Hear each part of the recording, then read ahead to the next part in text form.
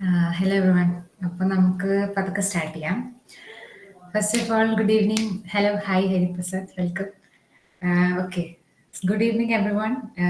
എൻ്റെ പേര് Rima. I work at Statgini as a DevOps engineer at Trivandrum. ഞാനായിരിക്കും ഇന്നത്തെ സെഷൻ്റെ മോഡറേറ്റർ. അപ്പോൾ എല്ലാവർക്കും ഡെവോപ്സ് മലയാളത്തിൻ്റെ മറ്റൊരു ഓൺലൈൻ സെഷനിലോട്ട് സ്വാഗതം. നമ്മളെ കമ്മ്യൂണിറ്റിയെ കുറിച്ച് പറയുകയാണെങ്കിൽ ഒരു 2 വാക്ക് കമ്മ്യൂണിറ്റിയെ കുറിച്ച് പറയുകയാണെങ്കിൽ 2021 കോവിഡ് സമയത്ത് ക്ലബ് ഹൗസ് എന്ന് പറഞ്ഞ ഓൺലൈൻ പ്ലാറ്റ്ഫോം നിങ്ങൾ പലരും യൂസ് ചെയ്ത് കാണാമല്ലോ. ആ പ്ലാറ്റ്ഫോമിലാണ് നമ്മൾ സ്റ്റാർട്ടിങ്. പിന്നെ കുറച്ചും കൂടെയും പേര് ഇൻട്രസ്റ്റ് കാണിച്ചു. പിന്നെ നമ്മൾ സെഷൻസ് സ്റ്റാർട്ട് ചെയ്ത് ഗൂഗിൾ മീറ്റിലോട്ടായി. പിന്നെ അവിടുന്ന് നമ്മൾ ഓഫ്ലൈൻ മീറ്റപ്സ് ആയി. അങ്ങനെ over 100+ sessions, over 150+ sessions I should say. Offline meetups ആയിട്ടും മന്ത്ലി സെഷൻസ് ആയിട്ട് നമ്മൾ എടുക്കാറുണ്ട്. ബിഗിനർ സീരീസ് ലെവൽ പോകാറുണ്ട്. വുമൺ സ്പീക്കർ മന്ത് സെഷൻസ് പോയിട്ടുണ്ട്. അങ്ങനെ പല പല സെഷൻസും. ഓഫ്ലൈൻ മീറ്റപ്സിനെ പറയുകയാണെങ്കിൽ കേരളത്തിൽ തന്നെ ട്രിവാൻഡ്രം, കോഴിക്കോട്, കൊച്ചി ഒക്കെ നമ്മൾ മീറ്റപ്സ് നടത്തിയിട്ടുണ്ട്. Hopefully coming to Bangalore next month, hopefully. പിന്നെ 2022 മുതൽ നമ്മൾ ഫ്ലാഗ്ഷിപ്പ് ഇവൻ്റായ DMCon, ഡെവോപ്സ് മലയാളം കോൺഫറൻസ്, അത് എത്ര പേര് അറ്റൻഡ് ചെയ്തതാണെന്ന് അറിയില്ല. ഈ ഇയറിൽ നമ്മൾ സെപ്റ്റംബർ 13 കൊച്ചിയിൽ ഹോസ്റ്റ് ചെയ്തിരുന്നു. That was our third DMCon 2025. എത്ര പേര് വന്ന്? ആരെങ്കിലും വന്നവരുണ്ടോ? ഒരു ഹാൻഡ് റൈസ് ഒക്കെ കാണാം. ഓക്കെ, ഹരിപ്രസാദ് നമ്മളെ സ്പീക്കർ സെഷൻ വന്നിരുന്നു. Okay, Shyam. Okay, alright. We have a lot of people. Great. Alright. അപ്പം ഇന്നത്തെ സെഷൻ സ്പീക്കർ എല്ലാവരും കണ്ടതാണ്. Hariprasad. He works as a lead engineer at Scalios. Over 10 years of experience ഉണ്ട് നെറ്റ്വർക്കിംഗ് ആൻഡ് ക്ലൗഡ് ഡെവോപ്സ് ഡൊമൈനിൽ. He is Azure certified in infrastructure and networking, and he started his career as a trainer. അപ്പോൾ നമുക്കൊരു അടിപൊളി session ആയിരിക്കും പ്രതീക്ഷിക്കാം. Topic വരുന്നത് bridging the gap, networking foundations for cloud and DevOps ആണ്. Networking in DevOps without doubt എത്ര important ആണെന്ന് നമുക്കറിയാം. അപ്പം സെഷനിലോട്ട് കിടക്കാം. Over to you. പിന്നെ ഡൗട്ട്സും കാര്യങ്ങളൊക്കെ ആണെങ്കിൽ നമ്മൾ സ്പീക്കർ പറയുന്നതനുസരിച്ച് നമുക്ക് ടേക്ക് ചെയ്യാം. ഇൻ ബിറ്റ്വീൻ ഓരോ ടോപ്പിക് പറയുന്നതനുസരിച്ച്. പിന്നെ നമ്മളെ കമ്മ്യൂണിറ്റിയുടെ ഡീറ്റെയിൽസ് അറിയുന്നെങ്കിൽ I share the website. We have LinkedIn handle. യൂട്യൂബിൽ നമ്മളെ പ്രീവിയസ് സെഷൻസ് ഉണ്ട് റെക്കോർഡിങ്ങിനായിട്ട്. ബാക്കി ഇനി നമുക്ക് പയ്യെ സെഷനിലോട്ട് കടന്നിട്ട് ഡിസ്കസ് ചെയ്യാം. Okay, over to you. Okay, thank you Reema.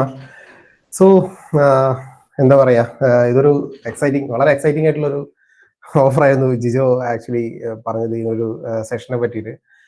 അപ്പൊ അത് DMCon അറ്റൻഡ് ചെയ്യുമ്പോഴാണ് പുള്ളി അന്ന് സംസാരിച്ചിരുന്നത്. നമ്മൾ ഇതിനു മുന്നേയും അതായത് സംസാരിച്ചിരുന്നു. അപ്പൊ ആ ഒരു ടൈമിലാണ് പുള്ളി ഇങ്ങനെ ഒരു കേസ് പറഞ്ഞത്. ആക്ച്വലി നല്ലൊരു ഓപ്പർച്യൂണിറ്റി ആയിട്ട് തോന്നി. കാരണം നമ്മൾ ഈ ഒരു കമ്മ്യൂണിറ്റിയിൽ ഇപ്പൊ എല്ലാവർക്കും എന്തെങ്കിലും ഒരു കാര്യം നമുക്ക് ചെയ്യാൻ പറ്റുക എന്ന് പറയുന്നത് വലിയൊരു ക്രെഡിറ്റ് ആണ്. സോ മാത്രമല്ല, ഇപ്പം ഞാൻ ഈ ഒരു ടോപ്പിക് ഇങ്ങനെ ഒരു ബ്രിഡ്ജിങ് ദി ഗ്യാപ്പ് എന്നുള്ള രീതിയിൽ സെലക്ട് ചെയ്യാൻ തന്നെ കാരണം ഇതാണ്. റീമ പറഞ്ഞ പോലെ തന്നെ നെറ്റ്വർക്കിംഗ് നമുക്ക് എല്ലാത്തിൻ്റെ ഒരു ബേസ് ആണ്, ഫൗണ്ടേഷൻ ആണ്. സോ നമ്മൾ എപ്പോഴും പറയും, നമ്മളൊരു വീട് വെക്കുന്ന സമയത്ത് ഫൗണ്ടേഷൻ സെറ്റാണ്, കറക്റ്റ് ആണെങ്കിൽ നമുക്ക് ആ വീട് എത്ര ഹൈറ്റിൽ വേണമെങ്കിലും എത്ര വലുതായിട്ടോ ഏത് രീതിയിൽ വേണമെങ്കിൽ നമുക്കത് ബിൽഡ് ചെയ്യാം. അപ്പൊ നമ്മളിപ്പോ ഈ ഒരു ക്ലൗഡ് ഫീൽഡിലാണെങ്കിലും ഇപ്പൊ നമ്മൾ ഈവൻ ഐടിയുമായി ബന്ധപ്പെട്ട് നമ്മൾ വർക്ക് ചെയ്യുന്ന ആരാണെങ്കിലും ആക്ച്വലി നമുക്ക് നെറ്റ്വർക്കിംഗ് ആവശ്യമാണ്. ഈവൻ നമ്മളൊരു ഡെയിലി ലൈഫിൽ പോലും നമ്മൾ അറിയാതെ തന്നെ നമ്മൾ ഒരുപാട് നെറ്റ്വർക്കിങ്ങുമായി കണക്റ്റഡ് ആണ്. നമ്മൾ വീട്ടിൽ നിന്നൊരു ഫോണിൽ വൈഫൈ എടുക്കുകയാണെങ്കിൽ തന്നെ നമ്മൾ നെറ്റ്വർക്കിംഗ് നമ്മൾ അറിയാതെ തന്നെ അത് യൂസ് ചെയ്യുന്നുണ്ട്. അപ്പൊ ആ ഒരു തോട്ടിലാണ് ഇങ്ങനെ ഒരു ടോപ്പിക്കിലേക്ക് വരാമെന്ന് വിചാരിച്ചത്. സോ ഓവർ കത്തിയടിക്കുന്നില്ല. ഓക്കെ, സോ എന്നെ പറ്റി റീമ പറഞ്ഞത് അത്രയൊക്കെ തന്നെയുള്ളൂ.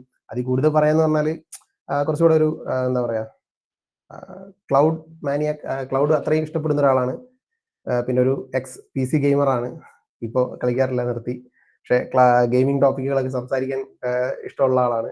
ഓക്കെ, സോ അത്രയൊക്കെ തന്നെയുള്ളൂ. പിന്നെ ഓക്കെ, അങ്ങനെയാണെങ്കിൽ നമുക്ക് ടോപ്പിക്കിലേക്ക് പോവാം.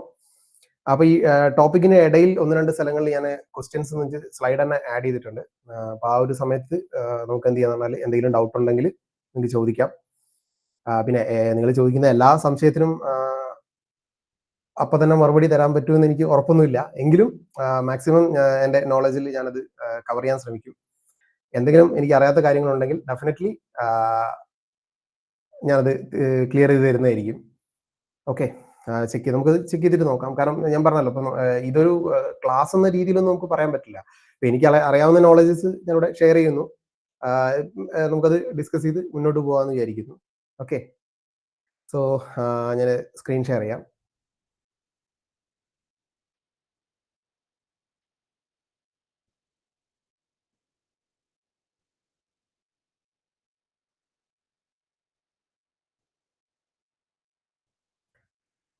സ്ക്രീൻ കാണുന്നുണ്ടെങ്കിൽ കാണുമ്പോൾ പറയണേ. ഷുവർ, വിസിബിൾ ആണ്. Okay, so let's start the slide show.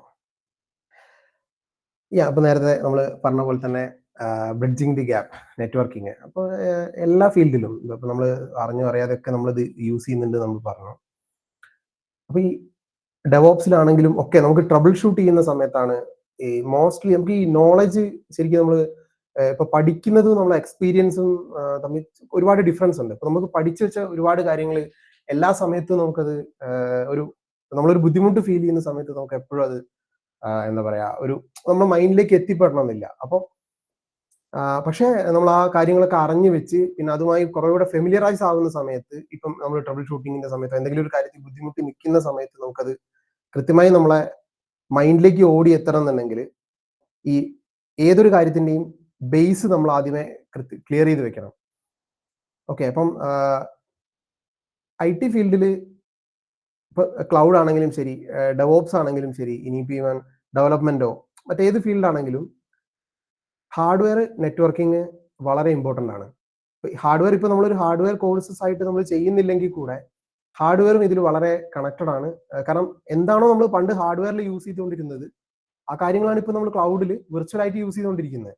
പണ്ട് നമ്മൾ സിസ്റ്റംസ് ഉപയോഗിച്ചു, ഇപ്പൊ നമ്മൾ അതിനെ വിർച്വൽ മെഷീൻസ് ഉപയോഗിക്കുന്നു, അല്ലെങ്കിൽ ഇൻസ്റ്റൻസസ് യൂസ് ചെയ്യുന്നു. പണ്ട് നമ്മൾ അതുപോലെ തന്നെ നെറ്റ്വർക്ക്, വയേർഡ് നെറ്റ്വർക്ക് നമ്മൾ യൂസ് ചെയ്തു. ഇപ്പോൾ അതിനെ നമ്മൾ കൺവേർട്ട് ചെയ്തിട്ട് എന്താണ് വിർച്വൽ നെറ്റ്വർക്ക് ആയിട്ട് മാറി. അത്ര മാത്രമേ ഉള്ളൂ. അപ്പം പണ്ട് നമ്മൾ എന്താണോ ഹാർഡ്വെയറിൽ ചെയ്തിരുന്ന കാര്യങ്ങൾ അത് തന്നെയാണ് നമ്മൾ ആക്ച്വലി ഇപ്പോഴും കണ്ടിന്യൂ ചെയ്തുകൊണ്ടിരിക്കുന്നത്. അത് എവിടെ ചെയ്യുന്നു എന്നുള്ള ആ ഒരു ചേഞ്ച് മാത്രമേ ആക്ച്വലി ആ ഒരു കോണ്ടസ്റ്റിൽ വന്നിട്ടുള്ളൂ. അപ്പോൾ നമ്മൾ ഇതിൽ ഡിസ്കസ് ചെയ്യാൻ പോകുന്ന main topics network, IP address, routing and switching, then domain system. ഇതിൽ 1-2 സബ് ടോപ്പിക്സ് നമ്മൾ ആഡ് ചെയ്തിട്ടുണ്ട്. ഇത്രയുമാണ് നമ്മളൊരു മെയിൻ അജണ്ടയായിട്ട് ഈ ഒരു സെഷന്റെ കാര്യം നമ്മൾ ഡിസ്കസ് ചെയ്യാൻ പോകുന്നത്. അതിന്റെ കൂടെ ഒരു ഗുഡ് ടു നോ എന്ന ഒരു ബേസിസിൽ നമ്മൾ കുറച്ച് അഡീഷണൽ ടോപ്പിക്കും കൂടെ ആഡ് ചെയ്തിട്ടുണ്ട്. കാരണം നെറ്റ്വർക്കിംഗ് എന്ന് പറയുന്നത് വലിയൊരു എന്താ പറയുക ഒരു ഓഷ്യനാണ്. അപ്പൊ അത് നമുക്കിപ്പോ ഈ ഒരു 1 hour 2 hour അത് ഡിസ്കസ് ചെയ്ത് തീർക്കാന്ന് പറയുന്നത് നമുക്ക് ഒരിക്കലും പോസിബിൾ ആവില്ല. ഇതിൽ പറഞ്ഞിരിക്കുന്ന ചില ടോപ്പിക്കുകൾ VPN അല്ലെങ്കിൽ നാറ്റിംഗ് അങ്ങനെയുള്ള അതുപോലുള്ള ഏത് ടോപ്പിക് ആണെങ്കിലും അത് ശരിക്കും നമുക്കൊരു വലിയൊരു ക്ലാസ് ആണ്. അത്രയും ചിലപ്പോൾ ഒരു 2 മണിക്കൂറാണ് ചിലപ്പോൾ ആ ഒരു ടോപ്പിക്കിന് മാത്രമായിട്ട് ചിലപ്പോൾ നമുക്ക് സ്പെൻഡ് ചെയ്യേണ്ടി വരും. പക്ഷെ സ്റ്റിൽ ആ ഒരു എന്താണ് അവിടെ നടക്കുന്നത്, എന്താണ് ആ കാര്യം എന്നുള്ളതൊന്ന് നമുക്ക് അതിൽ കൂടെ ഒന്ന് ഓടിച്ചു പോകുന്നത് നന്നായിരിക്കും തോന്നിയതുകൊണ്ട് ആഡ് ചെയ്തതാണ്. പിന്നെ ലാസ്റ്റ്ലി കുറച്ച് നെറ്റ്വർക്കിംഗ് സൈഡിൽ നമ്മൾ യൂസ് ചെയ്തേക്കാവുന്ന കുറച്ചൊരു ബേസിക് കമാൻഡ്സ്. അപ്പൊ നമുക്ക് കുറച്ചുകൂടെ ഒരു പ്രോബ്ലം നമ്മൾ ഫേസ് ചെയ്യുന്ന സമയത്തോ ഒക്കെ നമുക്ക് എന്ത് ചെയ്യുന്നതാണ് എങ്ങനെ അതിനൊരു ഈ എഫക്റ്റീവായിട്ട് ട്രബിൾ ഷൂട്ട് ചെയ്തെടുക്കാം എന്ന് നമുക്ക് നോക്കാൻ വേണ്ടിയിട്ട് ഒരു കുറച്ച് ബേസിക് കമാൻഡ്സും കൂടെ അതിൽ ആഡ് ചെയ്തു. അത്രയേ ഉള്ളൂ. ഇത്രയാണ് അതിൽ നമ്മളൊരു ടോപ്പിക്കിന്റെ ഇത് വരുന്നത്.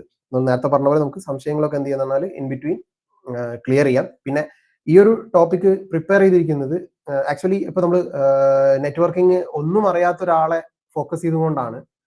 മേ ബി നമ്മൾ പലർക്കും പല കാര്യങ്ങളും ഓൾറെഡി അറിയുന്നതായിരിക്കും. ചിലർക്ക് ഇപ്പം ഒരുപാട് ഇതിൽ മുന്നോട്ട് പോയിട്ടുള്ള ആളുകൾ ഉണ്ടാവും. ഓക്കെ, അപ്പോൾ നമുക്കിത് ഡിസ്കസ് ചെയ്ത് മുന്നോട്ട് പോകാമെന്ന് വിചാരിക്കുന്നു. ഓക്കെ, സോ എന്താണ് ആക്ച്വലി ഒരു നെറ്റ്വർക്ക് എന്ന് പറയുന്നത്? ഇപ്പൊ നമ്മൾ സോഷ്യലി നമ്മൾ എല്ലാവരുമായിട്ട് മിങ്കിൾ ചെയ്യുന്ന സമയത്ത് നമ്മൾ അതിനെ സോഷ്യൽ നെറ്റ്വർക്കിംഗ് എന്ന് പറയുന്നത്.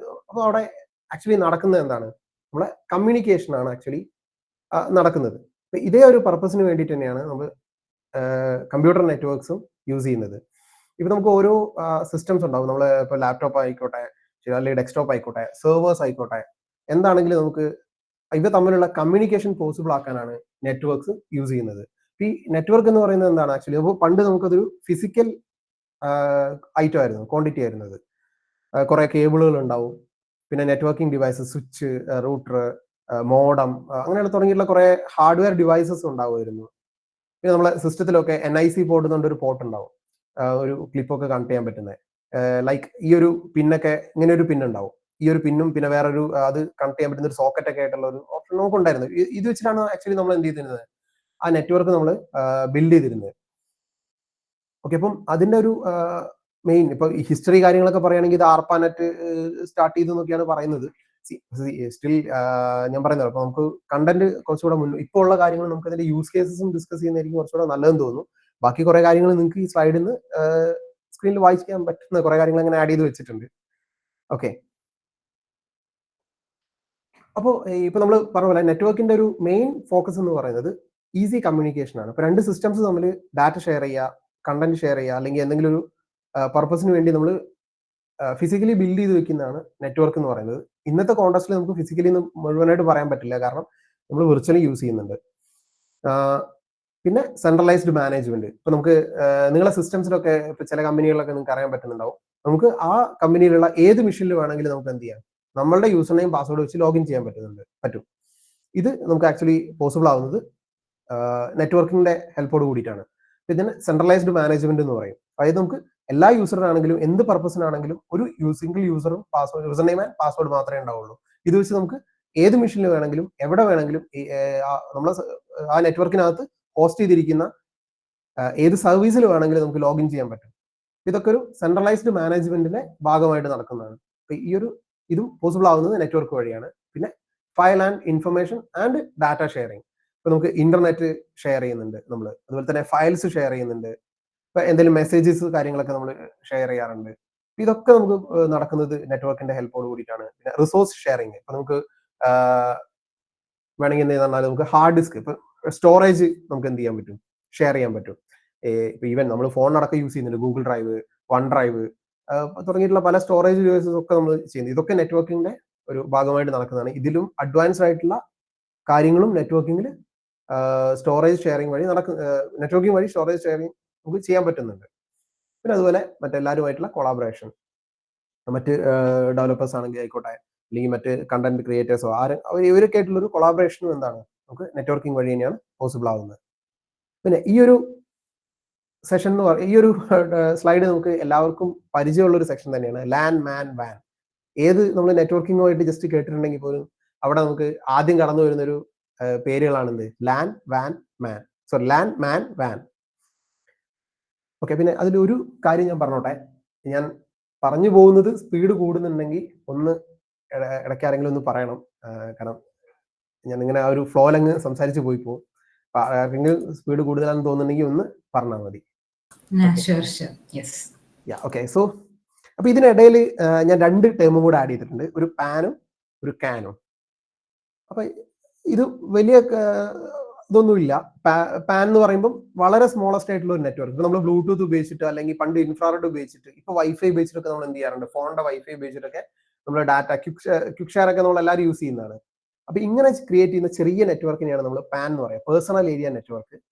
പിന്നെ ഒരു ലാൻ നെറ്റ്വർക്ക് എന്ന് പറയുമ്പോൾ വളരെ സ്മോളസ്റ്റ് ആയിട്ടുള്ള ഒരു ഏരിയയിൽ കവർ ചെയ്യുന്ന നെറ്റ്വർക്ക്. ലൈക്ക് നമ്മളൊരു ഓഫീസിന് അകത്തുള്ള ഒരു റൂമിനകത്തുള്ള ഒരു നെറ്റ്വർക്ക്. അപ്പൊ അല്ലെങ്കിൽ നമ്മൾ വീട്ടിനകത്ത് നമ്മൾ വൈഫൈ ത്രൂ കണക്ട് ചെയ്യുന്ന ഒരു സ്മോൾ ഏരിയ, ഒരു സ്മോൾ ജിയോഗ്രഫിക്കൽ ഏരിയയിൽ നമ്മൾ ക്രിയേറ്റ് ചെയ്യുന്ന ഒരു നെറ്റ്വർക്കിനെയാണ് നമ്മൾ എന്ത് ലാൻ എന്ന് പറയുന്നത്. കാൻ എന്ന് പറയുമ്പോൾ ഒന്നുമില്ല, അതിന്റെ ക്യാമ്പസ് ഏരിയ നെറ്റ്വർക്ക്. അതൊരു സ്മോൾ ക്യാമ്പസ് അല്ലെങ്കിൽ ഒരു ഒരു എൻ്റയർ ഓഫീസിനുള്ളിൽ, അപ്പൊ അങ്ങനെയൊക്കെ നമ്മൾ കൺസിഡർ ചെയ്യുന്ന സമയത്ത് അതിനെ നമുക്ക് കാൻ എന്ന് പറയാൻ പറ്റും. അത്യാവശ്യം കുറച്ചും കൂടെ ഒരു ലാൻഡിനേക്കാളും കുറച്ചും കൂടെ വലിയൊരു ജിയോഗ്രഫിക്കൽ ഏരിയയിൽ നമ്മൾ ക്രിയേറ്റ് ചെയ്യുന്ന ആ നെറ്റ്വർക്കിനെ കാൻ എന്ന് പറയും. മാൻ എന്ന് പറയുമ്പോൾ മെട്രോപൊളിറ്റൻ ഏരിയ നെറ്റ്വർക്ക്, കുറച്ചുകൂടെ വലുതായിരിക്കും. അതായത് ഇപ്പൊ ലാൻഡിനേക്കാളും കാനിനേക്കാളും ഒക്കെ കുറച്ചുകൂടെ വലുതായിരിക്കും, എന്നാലും ഒരുപാട് വലുതല്ല. അപ്പൊ ഒരു ചെറിയൊരു സിറ്റിക്കകത്ത് ക്രിയേറ്റ് ചെയ്യുന്ന, അല്ലെങ്കിൽ ഇപ്പം വലിയ യൂണിവേഴ്സിറ്റി ഒക്കെ ഉണ്ടെങ്കിൽ ആ വലിയ യൂണിവേഴ്സിറ്റിക്കകത്ത് മൊത്തമായിട്ട് ആക്ട് ചെയ്യുന്ന ഒരു നെറ്റ്വർക്ക്, ഇതിനെയൊക്കെ നമ്മൾ മാൻ എന്ന് പറയും. Metropolitan area network. Then last one wide area network. Wide area നെറ്റ്വർക്കിന് നമ്മൾ എപ്പോഴും പറയുന്ന ഒരു എക്സാമ്പിൾ ആണ് നമ്മുടെ ഇന്റർനെറ്റ്. ഓവർ ദ ഗ്ലോബ് മൊത്തമായി വർക്ക് ചെയ്യുന്ന നെറ്റ്വർക്കാണ് വാൻ, വൈഡ് ഏരിയ നെറ്റ്വർക്ക്. അത്രയും വലിയൊരു ഗ്രൂപ്പിനെ കണക്ട് ചെയ്യുന്നത്. ഓക്കെ. ദെൻ നെറ്റ്വർക്ക് നമ്മൾ ബിൽഡ് ചെയ്യുന്ന സമയത്ത് ആക്ച്വലി കുറെ ടോപ്പോളജീസിന്റെ ഉള്ളിൽ വർക്ക് ചെയ്യുന്നുണ്ട്. ഇതൊക്കെ കുറെ കൺസെപ്റ്റുകൾ മാത്രമാണ് നമുക്ക് എങ്ങനെ നെറ്റ്വർക്ക് ചെയ്യുന്നു എന്നുള്ളതിന്റെ. ഇതിൽ ഫസ്റ്റ് വൺ ആണ് സ്റ്റാർ ടോപ്പോളജി. അപ്പൊ ജസ്റ്റ് ഓർത്ത് വെച്ചാൽ മതി, നമ്മൾ അധിക സമയത്തും ക്രിയേറ്റ് ചെയ്യുന്നത് ഒരു സ്റ്റാർ ടോപ്പോളജി ആയിരിക്കും. സ്റ്റാർ ടോപ്പോളജി എന്ന് പറഞ്ഞു കഴിഞ്ഞാൽ നമുക്ക് നെറ്റ്വർക്ക് ക്രിയേറ്റ് ചെയ്യാനുള്ള ഒരു ഡിവൈസ് സെൻട്രലിൽ ഇരിക്കുന്നുണ്ടാവും. ദെൻ ആ ഒരു ഡിവൈസിനകത്തേക്ക് മറ്റ് എല്ലാ ഡിവൈസസും കണക്ട് ചെയ്യുന്ന ഒരു ടോപ്പോളജിയാണ് എന്ത്? Star topology. ബസ് ടോപ്പോളജി എന്ന് പറയുമ്പോൾ ഒരുപാട് സ്റ്റാർ ടോപ്പോളജീസ് ഒരു സെൻട്രൽ ബാക്ക് ബോൺ നെറ്റ്വർക്കിനകത്തേക്ക് കണക്ട് ചെയ്ത് കൊടുക്കുന്നു. അതായത് ഇപ്പൊ നിങ്ങൾ ആലോചിച്ചു, ഒരു 10 റൂമുള്ള ഒരു ഓഫീസ്, അതിൽ ഓരോ റൂമിനകത്തും നമ്മൾ ഓരോ സ്റ്റാർ ടോപ്പോളജി ക്രിയേറ്റ് ചെയ്യുന്നു. ദെൻ ഈ 10 റൂമിനെയും ഒരു സിംഗിൾ ബാക്ക് ബോൺ നെറ്റ്വർക്ക് ഉപയോഗിച്ചിട്ട് എന്ത് ചെയ്യാണ്, നമ്മൾ കണക്ട് ചെയ്തിട്ട് ഒരു എന്താ പറയാ, ഒരു can network create, campus area network നമ്മൾ ക്രിയേറ്റ് ചെയ്യുന്നു. അപ്പൊ അതിലെ ആ സെൻട്രലൈസ്ഡ് സെൻട്രൽ ബാക്ക് ബോൺ നെറ്റ്വർക്കിനെയാണ് നമ്മൾ ഉപയോഗിച്ച് കണക്ട് ചെയ്തിട്ടുള്ള ആ ഒരു കുറെ സ്റ്റാർ ടോപ്പോളജീസിനെ നമ്മൾ കണക്ട് ചെയ്യുന്ന ആ ഒരു ടോട്ടൽ സെറ്റപ്പിനെ പറയുന്ന പേരാണ് എന്ത്? Bus topology. Then ring topology എന്ന് പറയും, എല്ലാം തമ്മിൽ ഒരു റിംഗ് ഫോമിൽ കണക്ട് ചെയ്യുന്നു. ദെൻ മെഷ്, എല്ലാ ഡിവൈസസും അങ്ങോട്ടും ഇങ്ങോട്ടും കണക്റ്റഡ് ആയിരിക്കും. ഈ മെഷ് ടോപ്പോളജിയൊക്കെയാണ് അധിക സ്ഥലത്തും വൈഫൈ പോലുള്ള സ്ഥലങ്ങളിലൊക്കെ നമുക്ക് കാണാൻ പറ്റുന്ന മെഷ് ടോപ്പോളജിയാണ്. Then tree topology. ബസ് ടോപ്പോളജിന്റെ തന്നെ വേറൊരു ഫോമാണ്, ജസ്റ്റ് കുറച്ചും കൂടെ ഒരു ട്രീ ഫോമിൽ അതിന് അറേഞ്ച്ഡ് ആയിരിക്കും, അത് അത്രമാത്രം. പിന്നെ ഹൈബ്രിഡ്, ഏതെങ്കിലും 2 or 3 ടോപ്പോളജീസിനെ മിക്സഡ് ആയിട്ട് കണക്റ്റഡ് ആകുന്നത്. ഇതൊക്കെ കുറെ എന്താ പറയാ കൺസെപ്റ്റുകളാണ്. ഇത് പല സ്ഥലത്തും നമ്മൾ വർക്ക് ചെയ്യുന്നുണ്ട്. പക്ഷെ ഇതൊക്കെ നമുക്ക് ഒരു റിയൽ ലൈഫിലേക്ക് നമുക്ക് എത്രത്തോളം വേണ്ടി വരും എന്നുള്ളത് അത്ര ഇമ്പോർട്ടന്റ് അല്ല. പക്ഷെ സ്റ്റിൽ ജസ്റ്റ് ഒന്ന് അറിഞ്ഞു വയ്ക്കാം. ഓക്കെ. അപ്പൊ ഏകദേശം ഇത്രയൊക്കെയാണ് ഒരു നെറ്റ്വർക്കിനെ പറ്റി. നമ്മളിപ്പം പറഞ്ഞ പോലെ ഒരുപാട് കഥ പറഞ്ഞ് പോകുന്നതുകൊണ്ട് പ്രത്യേകിച്ച് കാര്യമുണ്ടെന്ന് തോന്നി. അപ്പം അതുകൊണ്ട് നമ്മൾ തൽക്കാലം നെറ്റ്വർക്ക് അവിടെ സ്റ്റോപ്പ് ചെയ്തിട്ട് ഈ നെറ്റ്വർക്കിൽ ബാക്കി ഇനിയുള്ള കാര്യങ്ങളെ പറ്റി നമുക്ക് ഒന്ന് സംസാരിക്കാം. ഓക്കെ. ഇപ്പൊ നമ്മൾ ഫിസിക്കൽ ഡിവൈസസോ അല്ലെങ്കിൽ വെർച്വൽ ആയിട്ടോ നമ്മൾ എന്ത് ചെയ്തു, കുറെ നെറ്റ്വർക്ക് ക്രിയേറ്റ് ചെയ്തു. അപ്പൊ ഇതിലൊക്കെ നമ്മൾ ഓരോ മിഷൻസ് കണക്ട് ചെയ്ത് വെച്ചിട്ടുണ്ട്. ഈ മിഷൻസ് തമ്മിൽ കമ്മ്യൂണിക്കേറ്റ് ചെയ്യണമെങ്കിൽ അടുത്ത ആവശ്യമുള്ള ഒരു ഐറ്റം ആണ് എന്ത്? ഈ IP അഡ്രസ് എന്ന് പറയുന്നത്. നമ്മൾ എല്ലാവരും കേട്ടിട്ടുണ്ടാവും IP address, internet protocol address.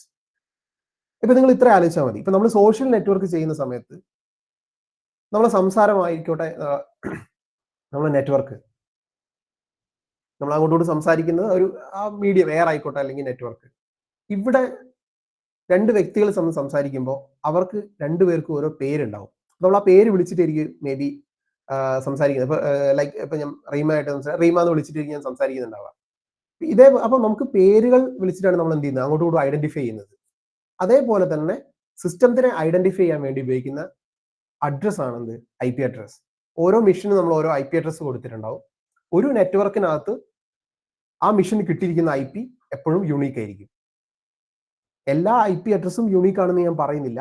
ഒരു നെറ്റ്വർക്കിനകത്ത് ആ മിഷന് ഇപ്പൊ കിട്ടിയിരിക്കുന്ന IP അഡ്രസ് എന്തായിരിക്കും? യൂണീക്ക് ആയിരിക്കും. അപ്പൊ ഈ അഡ്രസ് ഉപയോഗിച്ചിട്ടാണ് എന്ത് ചെയ്യുന്നത്, കമ്മ്യൂണിക്കേറ്റ് ചെയ്യുന്നത്. അപ്പൊ ഇവിടെ നമുക്ക് IP അഡ്രസ് ആക്ച്വലി 2 വേർഷൻസ് ഉണ്ട്. ഫസ്റ്റ് ഇംപ്ലിമെന്റ് ചെയ്തതാണ് IPv4. ഇതിനും കുറെ ഹിസ്റ്ററി ഉണ്ട്. ഹിസ്റ്ററിയിലേക്ക് നമ്മൾ തൽക്കാലം പോകുന്നില്ല. സോ IP അഡ്രസ് 2 വേർഷൻ ആണെന്ന് പറഞ്ഞു. അതിൽ IPv4 ആണ് ഫസ്റ്റ് വന്നത്. IPv4 അഡ്രസ് 32 ബിറ്റ് അഡ്രസ് ആണ്. സോ 32 1 or 0s വെച്ച് ബിൽഡ് ചെയ്തിട്ടുള്ള ഒരു നെറ്റ്വർക്ക് ആണ്, ഒരു അഡ്രസ് ആണെന്ത്? IPv4 address. താഴെ നമ്മൾ കൊടുത്തിട്ടുണ്ട് അതിന്റെ ഒരു ഫോം. അങ്ങനെ 32 ബിറ്റ് വരുന്നതാണെന്ത്? ഒരു IP അഡ്രസ്. ഈ 32 ബിറ്റിനെ 8 ബിറ്റിന്റെ 4 ബ്ലോക്കുകളായിട്ട് ഡിവൈഡ് ചെയ്തിട്ടുണ്ട്. ഈ ഒരു ഫോമിലാണ് നമ്മൾ IP അഡ്രസ് ഡിനോട്ട് ചെയ്യുന്നത്. അപ്പൊ അതിന് ഓരോ 8 ബ്ലോക്കിന്റെ ഇടയിലും 8 ബിറ്റിന്റെ ഇടയിലും ഒരു ഡോട്ട് കൊണ്ട് നമ്മൾ അതിനെ സെപ്പറേറ്റ് ചെയ്തിട്ടുണ്ട്. ഏറ്റവും കൂടുതൽ വേൾഡിൽ ഇന്ന് യൂസ് ചെയ്യുന്നത് IPv4 ആണ്. ഒരുപക്ഷെ അത് IPv6ലേക്കുള്ള ട്രാൻസിഷനിലാണ് ഇപ്പൊ നമ്മൾ. പക്ഷെ നമ്മൾ അത്രത്തോളം വാസ്റ്റ് ആയിട്ട് ഇപ്പോഴും യൂസ് ചെയ്യാൻ തുടങ്ങിയിട്ടില്ല. ഓക്കെ. ദെൻ ഈ ടോട്ടൽ ഉള്ള IP അഡ്രസ്സിനെ നമ്മൾ 5 ക്ലാസ്സസ് ആയിട്ട് ഡിവൈഡ് ചെയ്തിട്ടുണ്ട്. നമുക്ക് പർപ്പസുകൾ ഡിഫൈൻ ചെയ്യാനും IP അഡ്രസ്സിന്റെ മാനേജ്മെന്റ് ഈസി ആക്കാനും വേണ്ടിയിട്ട് ഈ ടോട്ടൽ ഉള്ള IPv4ന്റെ 32 ബിറ്റ് ഉപയോഗിച്ച് നമുക്ക് ഉപയോഗിക്കാൻ പറ്റുന്ന മാക്സിമം IP അഡ്രസ്സിന്റെ ആ വലിയ പൂളിനെ നമ്മൾ എന്ത് ചെയ്തിട്ടുണ്ട്, ഒരു 5 ക്ലാസ്സസ് ആയിട്ട് ഡിവൈഡ് ചെയ്തിട്ടുണ്ട്. ABCD and E. ഈ 5 ക്ലാസ്സസ് ആണ്. അതിൽ ABC മാത്രമേ നമ്മൾ നെറ്റ്വർക്കിംഗ് പർപ്പസിന് ഇന്ന് വേൾഡിൽ യൂസ് ചെയ്യുന്നുള്ളൂ. A, B and C.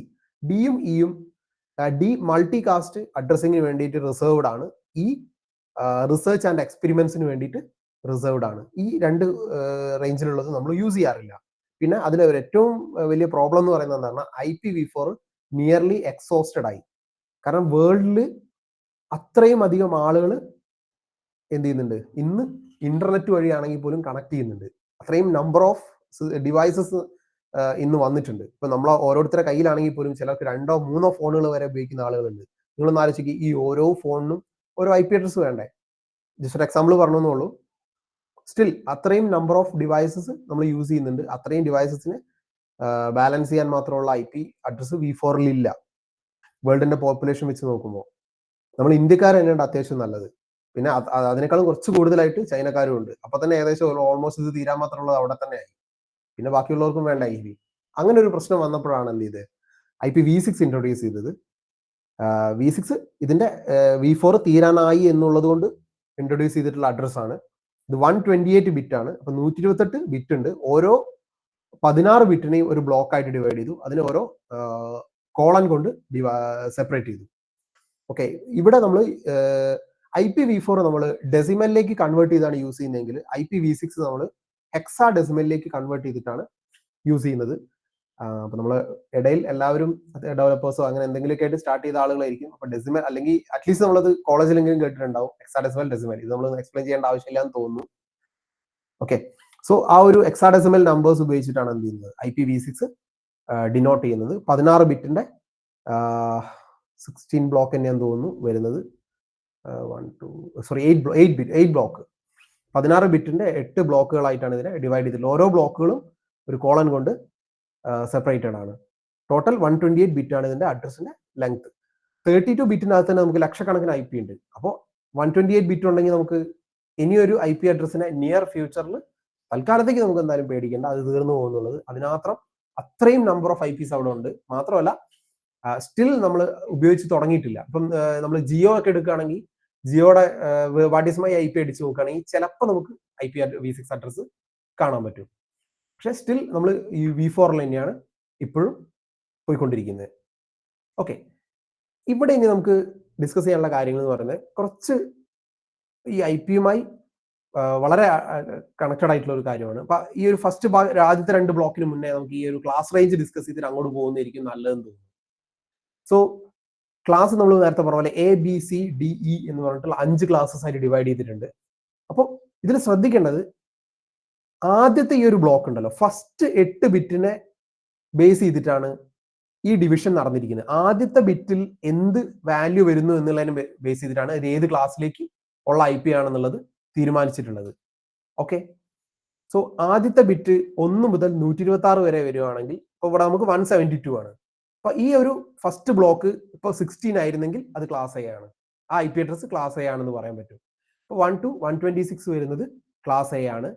128 to 191 വരുന്നത് ക്ലാസ് B ആണ്. സോ അപ്പൊ നമ്മൾ ഈ ഒരു IP അഡ്രസ് ക്ലാസ് ബിയിൽ വരുന്നതാണ്. കാരണം ഇവിടെ 172 ആണ്, അത് 128 to 191ന്റെ ഉള്ളിൽ വരുന്ന നമ്പർ ആണ്. സോ അത് ക്ലാസ് ബി. അപ്പൊ ആ മൊത്തം IP address class B IP address ആണ്. ദെൻ 192 to 223 വരുന്നത് ക്ലാസ് സി അഡ്രസ് ആണ്. 224 to 239 വരുന്നത് ക്ലാസ് ഡി ആണ്. 240 to 254 വരുന്നത് ക്ലാസ് ഇ അഡ്രസ് ആണ്. ഈ ഒരു രീതിയിലാണ് ഇതിനെ സെപ്പറേറ്റ് ചെയ്തിരിക്കുന്നത്. ഇവിടെ നമ്മൾ ഈ ഒരു IP-യുടെ ടേബിൾ ശ്രദ്ധിക്കുകയാണെങ്കിൽ ഒരു കാര്യം മിസ്സിംഗ് ഉണ്ട്. അത് ആർക്കെങ്കിലും കണ്ടുപിടിക്കാൻ പറ്റുമോ? ക്ലാസ് റേഞ്ചിന്റെ ടേബിൾ നിങ്ങൾ ശ്രദ്ധിച്ചു കഴിഞ്ഞാൽ ഒരു കാര്യം മിസ്സിംഗ് വന്നിട്ടുണ്ട്. 127. യാ, എക്സാക്ട്ലി 127 മിസ്സിംഗ് ആണ്. ആ 127 നമ്മൾ ലൂപ്പ് ബാക്ക് അഡ്രസ് എന്നാണ് പറയുന്നത്, ലോക്കൽ ഹോസ്റ്റ് എന്ന് വിളിക്കാറുണ്ട്. 127.0.0.0 എന്ന് പറയുന്ന ആ ഒരു മൊത്തം റേഞ്ച്, അതായത് 127.0.0.0 മുതൽ 127, 255, 255, 255 വരെയുള്ള മൊത്തം റേഞ്ച് ലൂപ്പ് ബാക്ക് അഡ്രസ് ആയിട്ട് റിസർവ്ഡ് ആണ്. ഇനി ഇതിൽ അടുത്തൊരു ക്വസ്റ്റ്യൻ, ഇവിടെ എന്തുകൊണ്ട് 255 എന്നുള്ള വാല്യൂവിൽ നിർത്തി? ഇവിടെയൊക്കെ നമുക്ക് 255 കാണാൻ പറ്റുന്നുണ്ട്. എന്തുകൊണ്ട് അത് 255 എന്നുള്ള വാല്യൂവിൽ നിന്നു? അത് വളരെ സിമ്പിൾ ആണ്. ഈ 8 ബിറ്റിലെ മുഴുവൻ ബിറ്റും 1 ആയി കഴിഞ്ഞാൽ കിട്ടുന്ന വാല്യൂ ആണ് 256. അപ്പോൾ അവിടെ നിന്നും നമുക്ക് ഇനി പറയാനുള്ള ഒരു കൺസെപ്റ്റ് ആണ് നമ്മളെ നെറ്റ്വർക്ക് ഐ ഡി എന്ന് പറയുന്നത്. സോ നെറ്റ്വർക്ക് ഐ ഡി ഒഴിവാക്കി കഴിഞ്ഞാൽ വരുന്ന വാല്യൂ ആണെന്ന് 0 to 256 ആണ് 255 ആണ് 256 പോസിബിലിറ്റി എന്ന് പറയുന്നത്. സോ 0 നമ്മൾ പ്രത്യേകിച്ച് ഐ പിക്ക് നേരിട്ട് ഉപയോഗിക്കാത്തതുകൊണ്ട് അതിൽ 255 വാല്യൂസ് 255 എന്നുള്ള വാല്യൂലാണ് നമ്മൾ എന്ത് ചെയ്യുക അവിടെ മാക്സിമം ആയിട്ട് കൺസിഡർ ചെയ്യുന്നത്. 255 വരെ നമുക്കതിൽ പറ്റുള്ളൂ. ഓക്കെ, ദെൻ നിങ്ങൾക്ക് ഒരു ഡിഫാൾട്ട് സബ്നെറ്റ് മാസ്ക് എന്ന് പറഞ്ഞൊരു ഓപ്ഷൻ കാണാം. അതുപോലെ network host, network bar host കാണാം, നമ്പർ ഓഫ് നെറ്റ്വർക്ക് കാണാം. അതിനെപ്പറ്റി നമ്മൾ ഡിസ്കസ് ചെയ്യുന്നതിന് മുന്നേ നമുക്ക് ആദ്യത്തെ ആ ഒരു പിക്ചറിലേക്ക് പോവാം. Network I D and host I D. ഇപ്പൊ നമ്മൾ പറഞ്ഞു എന്ത്, ഒരു നെറ്റ്വർക്കിനകത്ത് ഡിവൈസസ് കമ്മ്യൂണിക്കേറ്റ് ചെയ്യാൻ വേണ്ടിയിട്ടാണ് ഐ പി അഡ്രസ് യൂസ് ചെയ്യുന്നതെന്ന് പറഞ്ഞു. അപ്പൊ ഇങ്ങനെ കമ്മ്യൂണിക്കേറ്റ് ചെയ്യുന്ന സമയത്ത് ഇപ്പൊ നമ്മളാണെങ്കിൽ ഇപ്പൊ എൻ്റെ പേര് ഹരിപ്രസാദ് എന്നാണ്. അപ്പൊ ഇതേപോലെ എനിക്ക് എന്തുണ്ടാവും, ഒരു ഫാമിലി അഡ്രസ് ഉണ്ടാവും, ഒരു ഫാമിലി നെയിം ഉണ്ടാവും. ഓക്കെ, ഇന്ന ഫാമിലിയിൽ നിന്നും വരുന്ന ഹരിപ്രസാദ്, ഇന്ന ഫാമിലിയിൽ ഈ സ്ഥലത്ത് നിന്ന് ആ സ്ഥലത്തുള്ള ഇന്ന ഫാമിലിയിൽ നിന്നും വരുന്ന ഹരിപ്രസാദ്. ആ ഒരു രീതിയിലാണ് നമ്മൾ എന്ത് ചെയ്യുക, ആളെ നമ്മൾ ഐഡന്റിഫൈ ചെയ്യുക. ആക്ച്വലി നമ്മളത് പേര് വിളിക്കുന്ന സമയത്ത് നമ്മളത് ഉപയോഗിക്കുന്നില്ലെങ്കിൽ കൂടെ സബ് കോൺഷ്യസ് ആയിട്ട് നടക്കുന്നുണ്ട്. അപ്പം എന്നെ ഡയറക്റ്റ്ലി പരിചയമുള്ള ആളുകളുണ്ടാവും, ഡയറക്റ്റ്ലി പരിചയം ഇല്ലാത്ത ആളുകളുണ്ടാവും. അപ്പൊ നാളെ നിങ്ങൾ ഇനി എന്നെ കാണുമ്പോൾ ഓർക്കുന്നത് എന്തായിരിക്കും, ഡെവോപ്സ് മലയാളത്തിലെ ആ സെഷൻ എടുത്തിട്ടുള്ള ഹരിപ്രസാദ്. സോ അവിടെ എൻ്റെ പേരുണ്ട്, പേരിന്റെ പുറമെ എനിക്കുന്നുണ്ട് വേറൊരു ഐഡന്റിറ്റി കൂടെ ഉണ്ട്. ഇതേപോലെ ഐ പി അഡ്രസ്സിന് നമുക്ക് അതിന്റെ നെറ്റ്വർക്ക് എന്ന് പറയും. ഇത് നമ്മൾ ഫിസിക്കൽ നെറ്റ്വർക്ക് ആയിട്ട് കൺഫ്യൂസ്ഡ് ആവരുത്. ഐ പിക്ക് അകത്ത് നമ്മൾ എന്ത് ചെയ്യുന്നുണ്ട്, ഒരു ഫിസിക്കൽ നെറ്റ്വർക്ക് എന്ന് പറയുന്നത് വേറെയാണ്, ഐ പിയുടെ നെറ്റ്വർക്ക് ഐ ഡി എന്ന് പറയുന്നത് എൻറ്റയർലി ഡിഫറെന്റ് ആണ്. സോ ഏതൊരു ഐ പി അഡ്രസ്സിനും ഒരു നെറ്റ്വർക്ക് ഐ ഡി ഉണ്ടാവും. ആ നെറ്റ്വർക്ക് ഐ ഡിയും കുറെ ക്ലാസ്സിനനുസരിച്ച് ഡിഫൈൻഡ് ആണ്. ക്ലാസ് എയുടെ നെറ്റ്വർക്ക് ഐ ഡി എന്ന് പറയുന്നത് ആദ്യത്തെ ഒരു ബ്ലോക്ക് ആയിരിക്കും. ക്ലാസ് ബിയുടെ നെറ്റ്വർക്ക് ഐ ഡി എന്ന് പറയുന്നത് ആദ്യത്തെ 2 ബ്ലോക്ക് ആയിരിക്കും. അതായത് ക്ലാസ് എയുടെ ഫസ്റ്റിലെ ഈ ഒരു ബ്ലോക്ക് മാത്രമാണ് നെറ്റ്വർക്ക് ഐ ഡി ക്ലാസ് എക്ക്. ക്ലാസ് ബി ആണെങ്കിൽ ഈ 2 ബ്ലോക്കും നെറ്റ്വർക്ക് ഐ ഡി ആണ്. ക്ലാസ് സി ആണെങ്കിൽ ഈ 3 ബ്ലോക്കും നെറ്റ്വർക്ക് ഐ ഡി ആണ്. സോ ഈ ഒരു രീതിയിലാണ് നെറ്റ്വർക്ക് ഐ ഡി ഡിഫൈൻ ചെയ്തിരിക്കുന്നത്. നെറ്റ്വർക്ക് ഐ ഡി കഴിഞ്ഞ് ബാക്കി വരുന്ന ക്ലാസ് എയുടെ first block network I D ആണെന്ന് പറഞ്ഞു. ദെൻ വരുന്ന 3 ബ്ലോക്കുകൾ ഹോസ്റ്റ് ഐ ഡി എന്ന് പറയും. അപ്പൊ ഏതൊരു നെറ്റ്വർക്കിലും നെറ്റ്വർക്ക് ഐ ഡി ഒന്നേ ഉണ്ടാവുള്ളൂ. നമ്മൾ തമ്മിൽ കമ്മ്യൂണിക്കേറ്റ് ചെയ്യുന്ന ഏതൊരു നെറ്റ്വർക്കിലും നെറ്റ്വർക്ക് ഐ ഡി ഒരെണ്ണമേ കാണൂ. എല്ലാ സിസ്റ്റത്തിന്റെയും നെറ്റ്വർക്ക് ഐ ഡി കോമൺ ആയിരിക്കും. ഐ പി നമ്മൾ കൊടുക്കുമ്പോൾ ഐ പിയിലെ ഓരോ മെഷീനകത്തുള്ള ഐ പി അഡ്രസ്സിന്റെ നെറ്റ്വർക്ക് ഐ ഡി ഒരു നെറ്റ്വർക്കിനകത്ത് എന്തായിരിക്കും, കോമൺ ആയിരിക്കും. ഹോസ്റ്റ് ഐ ഡി ഡിഫറെന്റ് ആയിരിക്കും. അപ്പൊ ഇതിലെ ഇപ്പം ക്ലാസ് എയിൽ നിന്നാണ് ഞാൻ ഒരു മെഷീൻ ഐ പി അഡ്രസ് കൊടുക്കുന്നതെങ്കിൽ 10 മെഷീൻ ഉണ്ടെങ്കിൽ 10 മെഷീന്റെയും ഹോസ്റ്റ് ഐ ഡി സെയിം ആയിരിക്കും. എപ്പോഴും ശ്രദ്ധിക്കുക, നെറ്റ്വർക്ക് ഐ ഡി സെയിം ആയിരിക്കും. നെറ്റ്വർക്ക് ഐ ഡി സെയിം ആയിരിക്കും. ഞാൻ ഐ പി അഡ്രസ് അസൈൻ ചെയ്ത് ഓരോ മെഷീനും ഡിഫറെന്റ് ആവാൻ പോകുന്നത് ഹോസ്റ്റ് ഐ ഡി ആയിരിക്കും. അപ്പൊ ഈ ഹോസ്റ്റ് ഐ ഡിയിൽ ചേഞ്ചസ് വരുത്തിയിട്ടാണ് നമ്മൾ എന്ത് ചെയ്യുന്നത്, ഓരോ മെഷീനും ഇത് അസൈൻ ചെയ്യുന്നത്. അപ്പൊ ഇനി നമുക്കറിയാം എന്ത് 1 to 126 എന്ന് പറയുന്നത് ക്ലാസ് എ ആണ്, 128 to 191 വരുന്നത് ക്ലാസ് ബി ആണെന്നൊക്കെ നമുക്കറിയാം. ഇത് മെഷീന് മനസ്സിലാവണ്ടേ.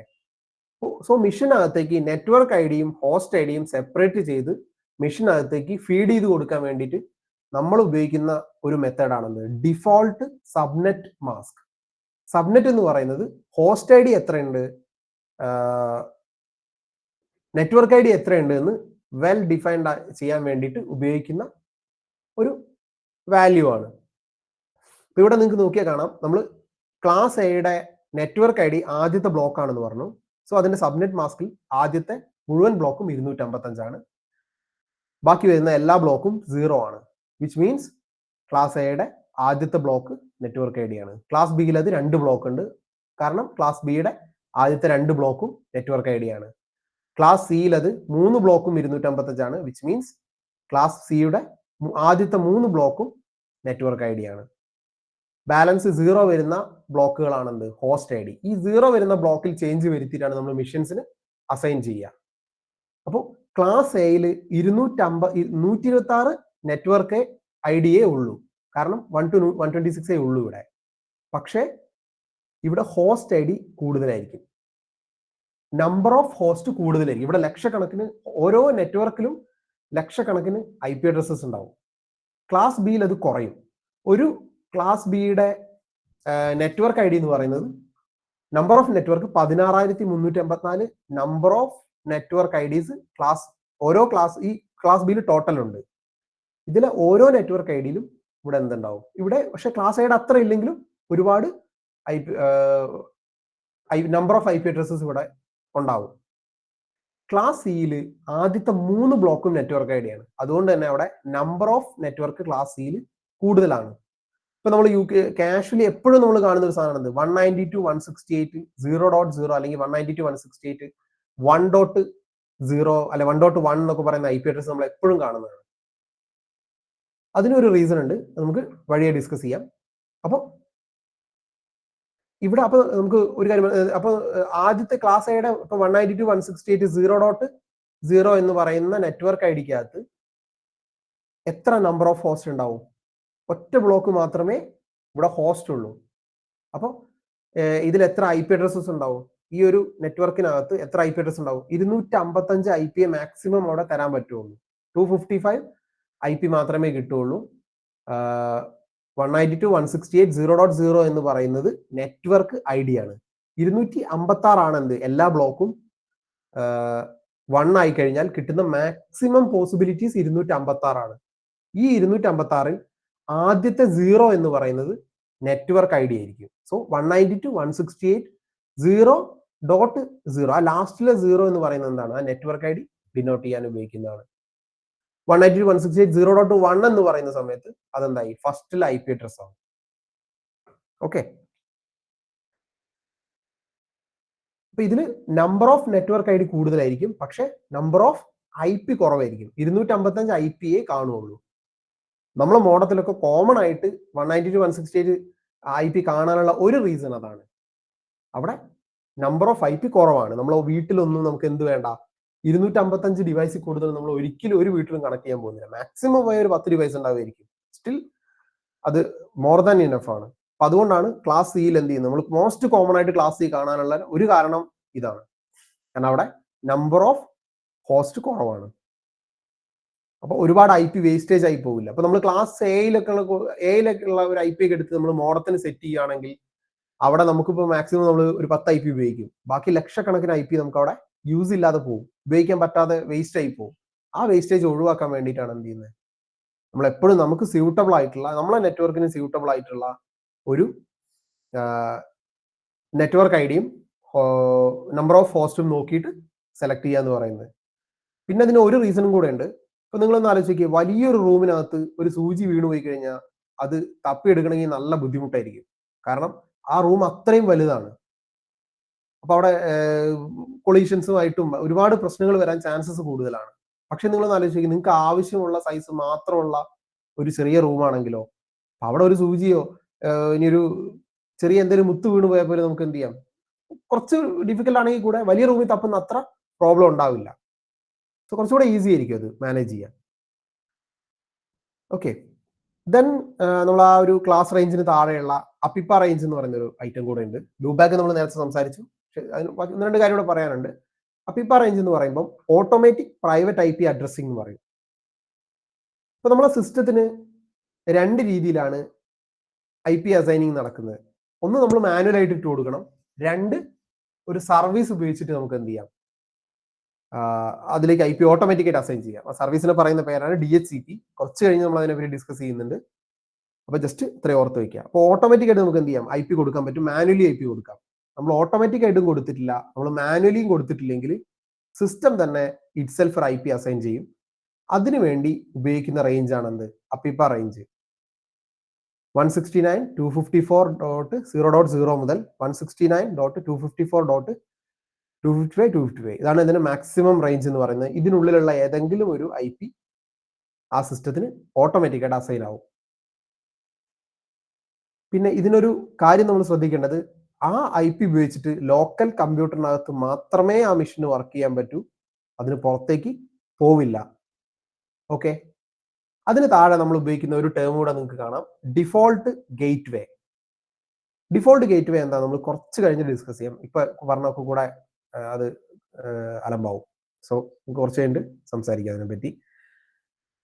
നെക്സ്റ്റ് വരുന്ന ഒരു നമ്മൾ നേരത്തെ പറഞ്ഞ ഒരു കാര്യം തന്നെയാണ് ലോക്കൽ ലൂപ്പ് ബാക്ക് അഡ്രസ് അല്ലെങ്കിൽ ലോക്കൽ ഹോസ്റ്റ്. ഈ 127 റേഞ്ച് IP നമ്മൾ പല സ്ഥലത്തും നമ്മൾ യൂസ് ചെയ്തിട്ടുണ്ടാവും. അല്ലെങ്കിൽ ഒന്നുകിൽ നമ്മൾ ലോക്കൽ ഹോസ്റ്റ് ഉപയോഗിച്ചിട്ടുണ്ടാവും, അതല്ലെങ്കിൽ 127.0.0.1 എന്ന് പറയുന്ന IP നമ്മൾ ഉപയോഗിച്ചിട്ടുണ്ട്.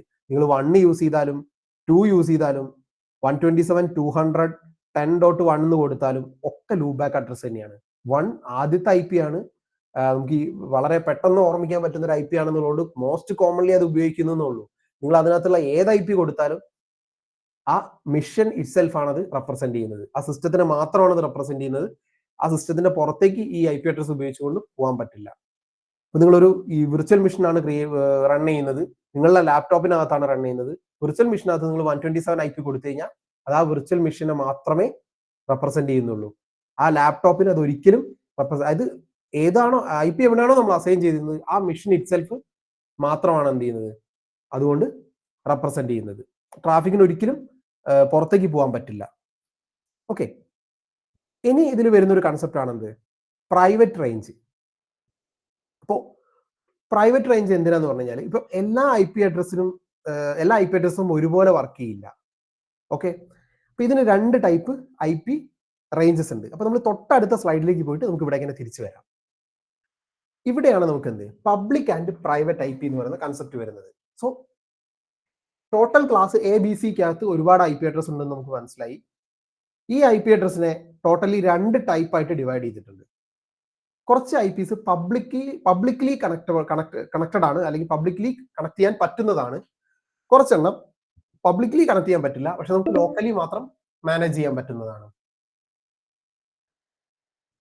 ഓക്കെ, സോ ഇതിന് രണ്ടിനും മേജർ ആയിട്ടുള്ള ഡിഫറൻസ് ഉണ്ട്.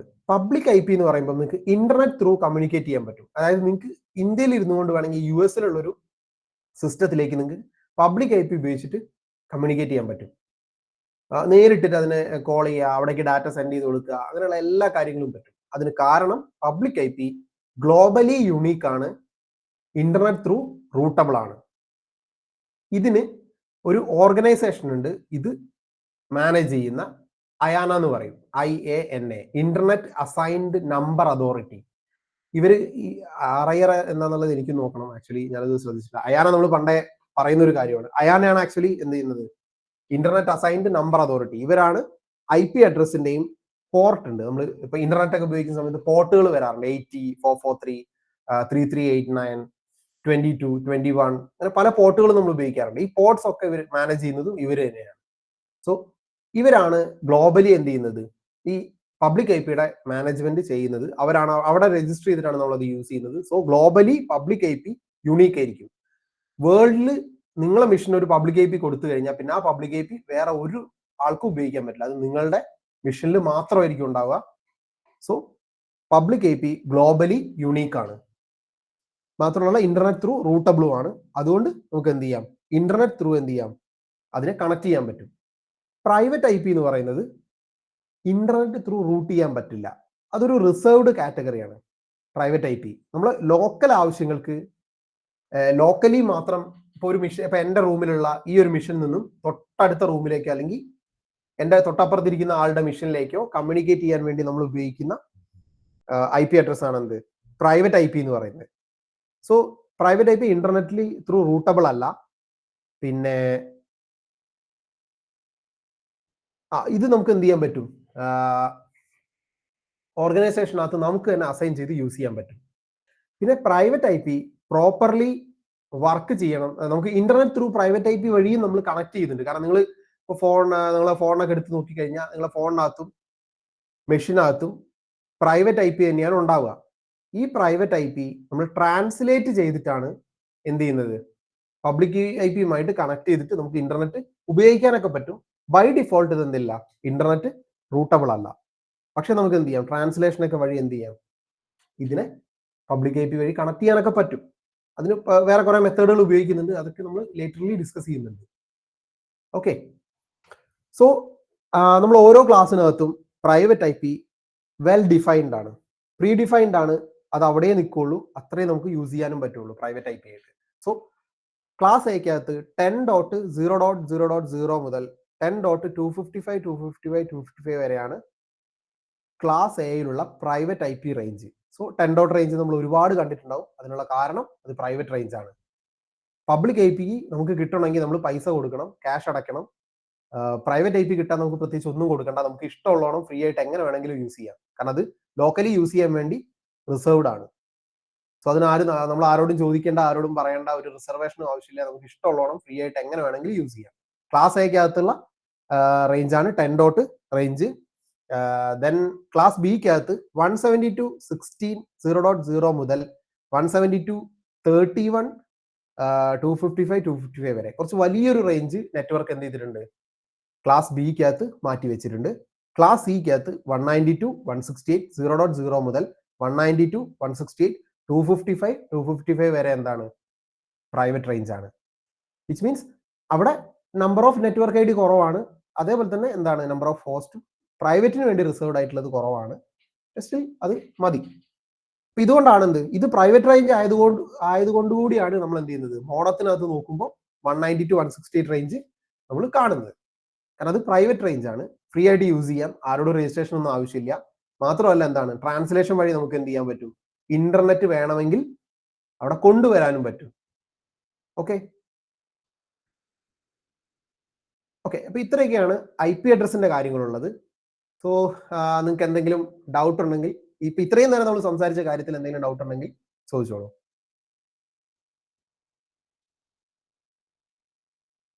ഡൗട്ട് മാത്രമല്ല, ഇതിൽ എന്തെങ്കിലും ആഡ് ചെയ്യാനുണ്ടെങ്കിലും പറയാം. ഞാൻ നേരത്തെ പറഞ്ഞല്ലോ, നമുക്കൊരു സെഷനായിട്ട് പോവാം. അതായത് നിങ്ങൾക്ക് അറിയുന്ന കാര്യങ്ങൾ നിങ്ങളും ഷെയർ ചെയ്യും, അപ്പം എനിക്കത് പുതുതായിട്ട് പഠിക്കാനോ.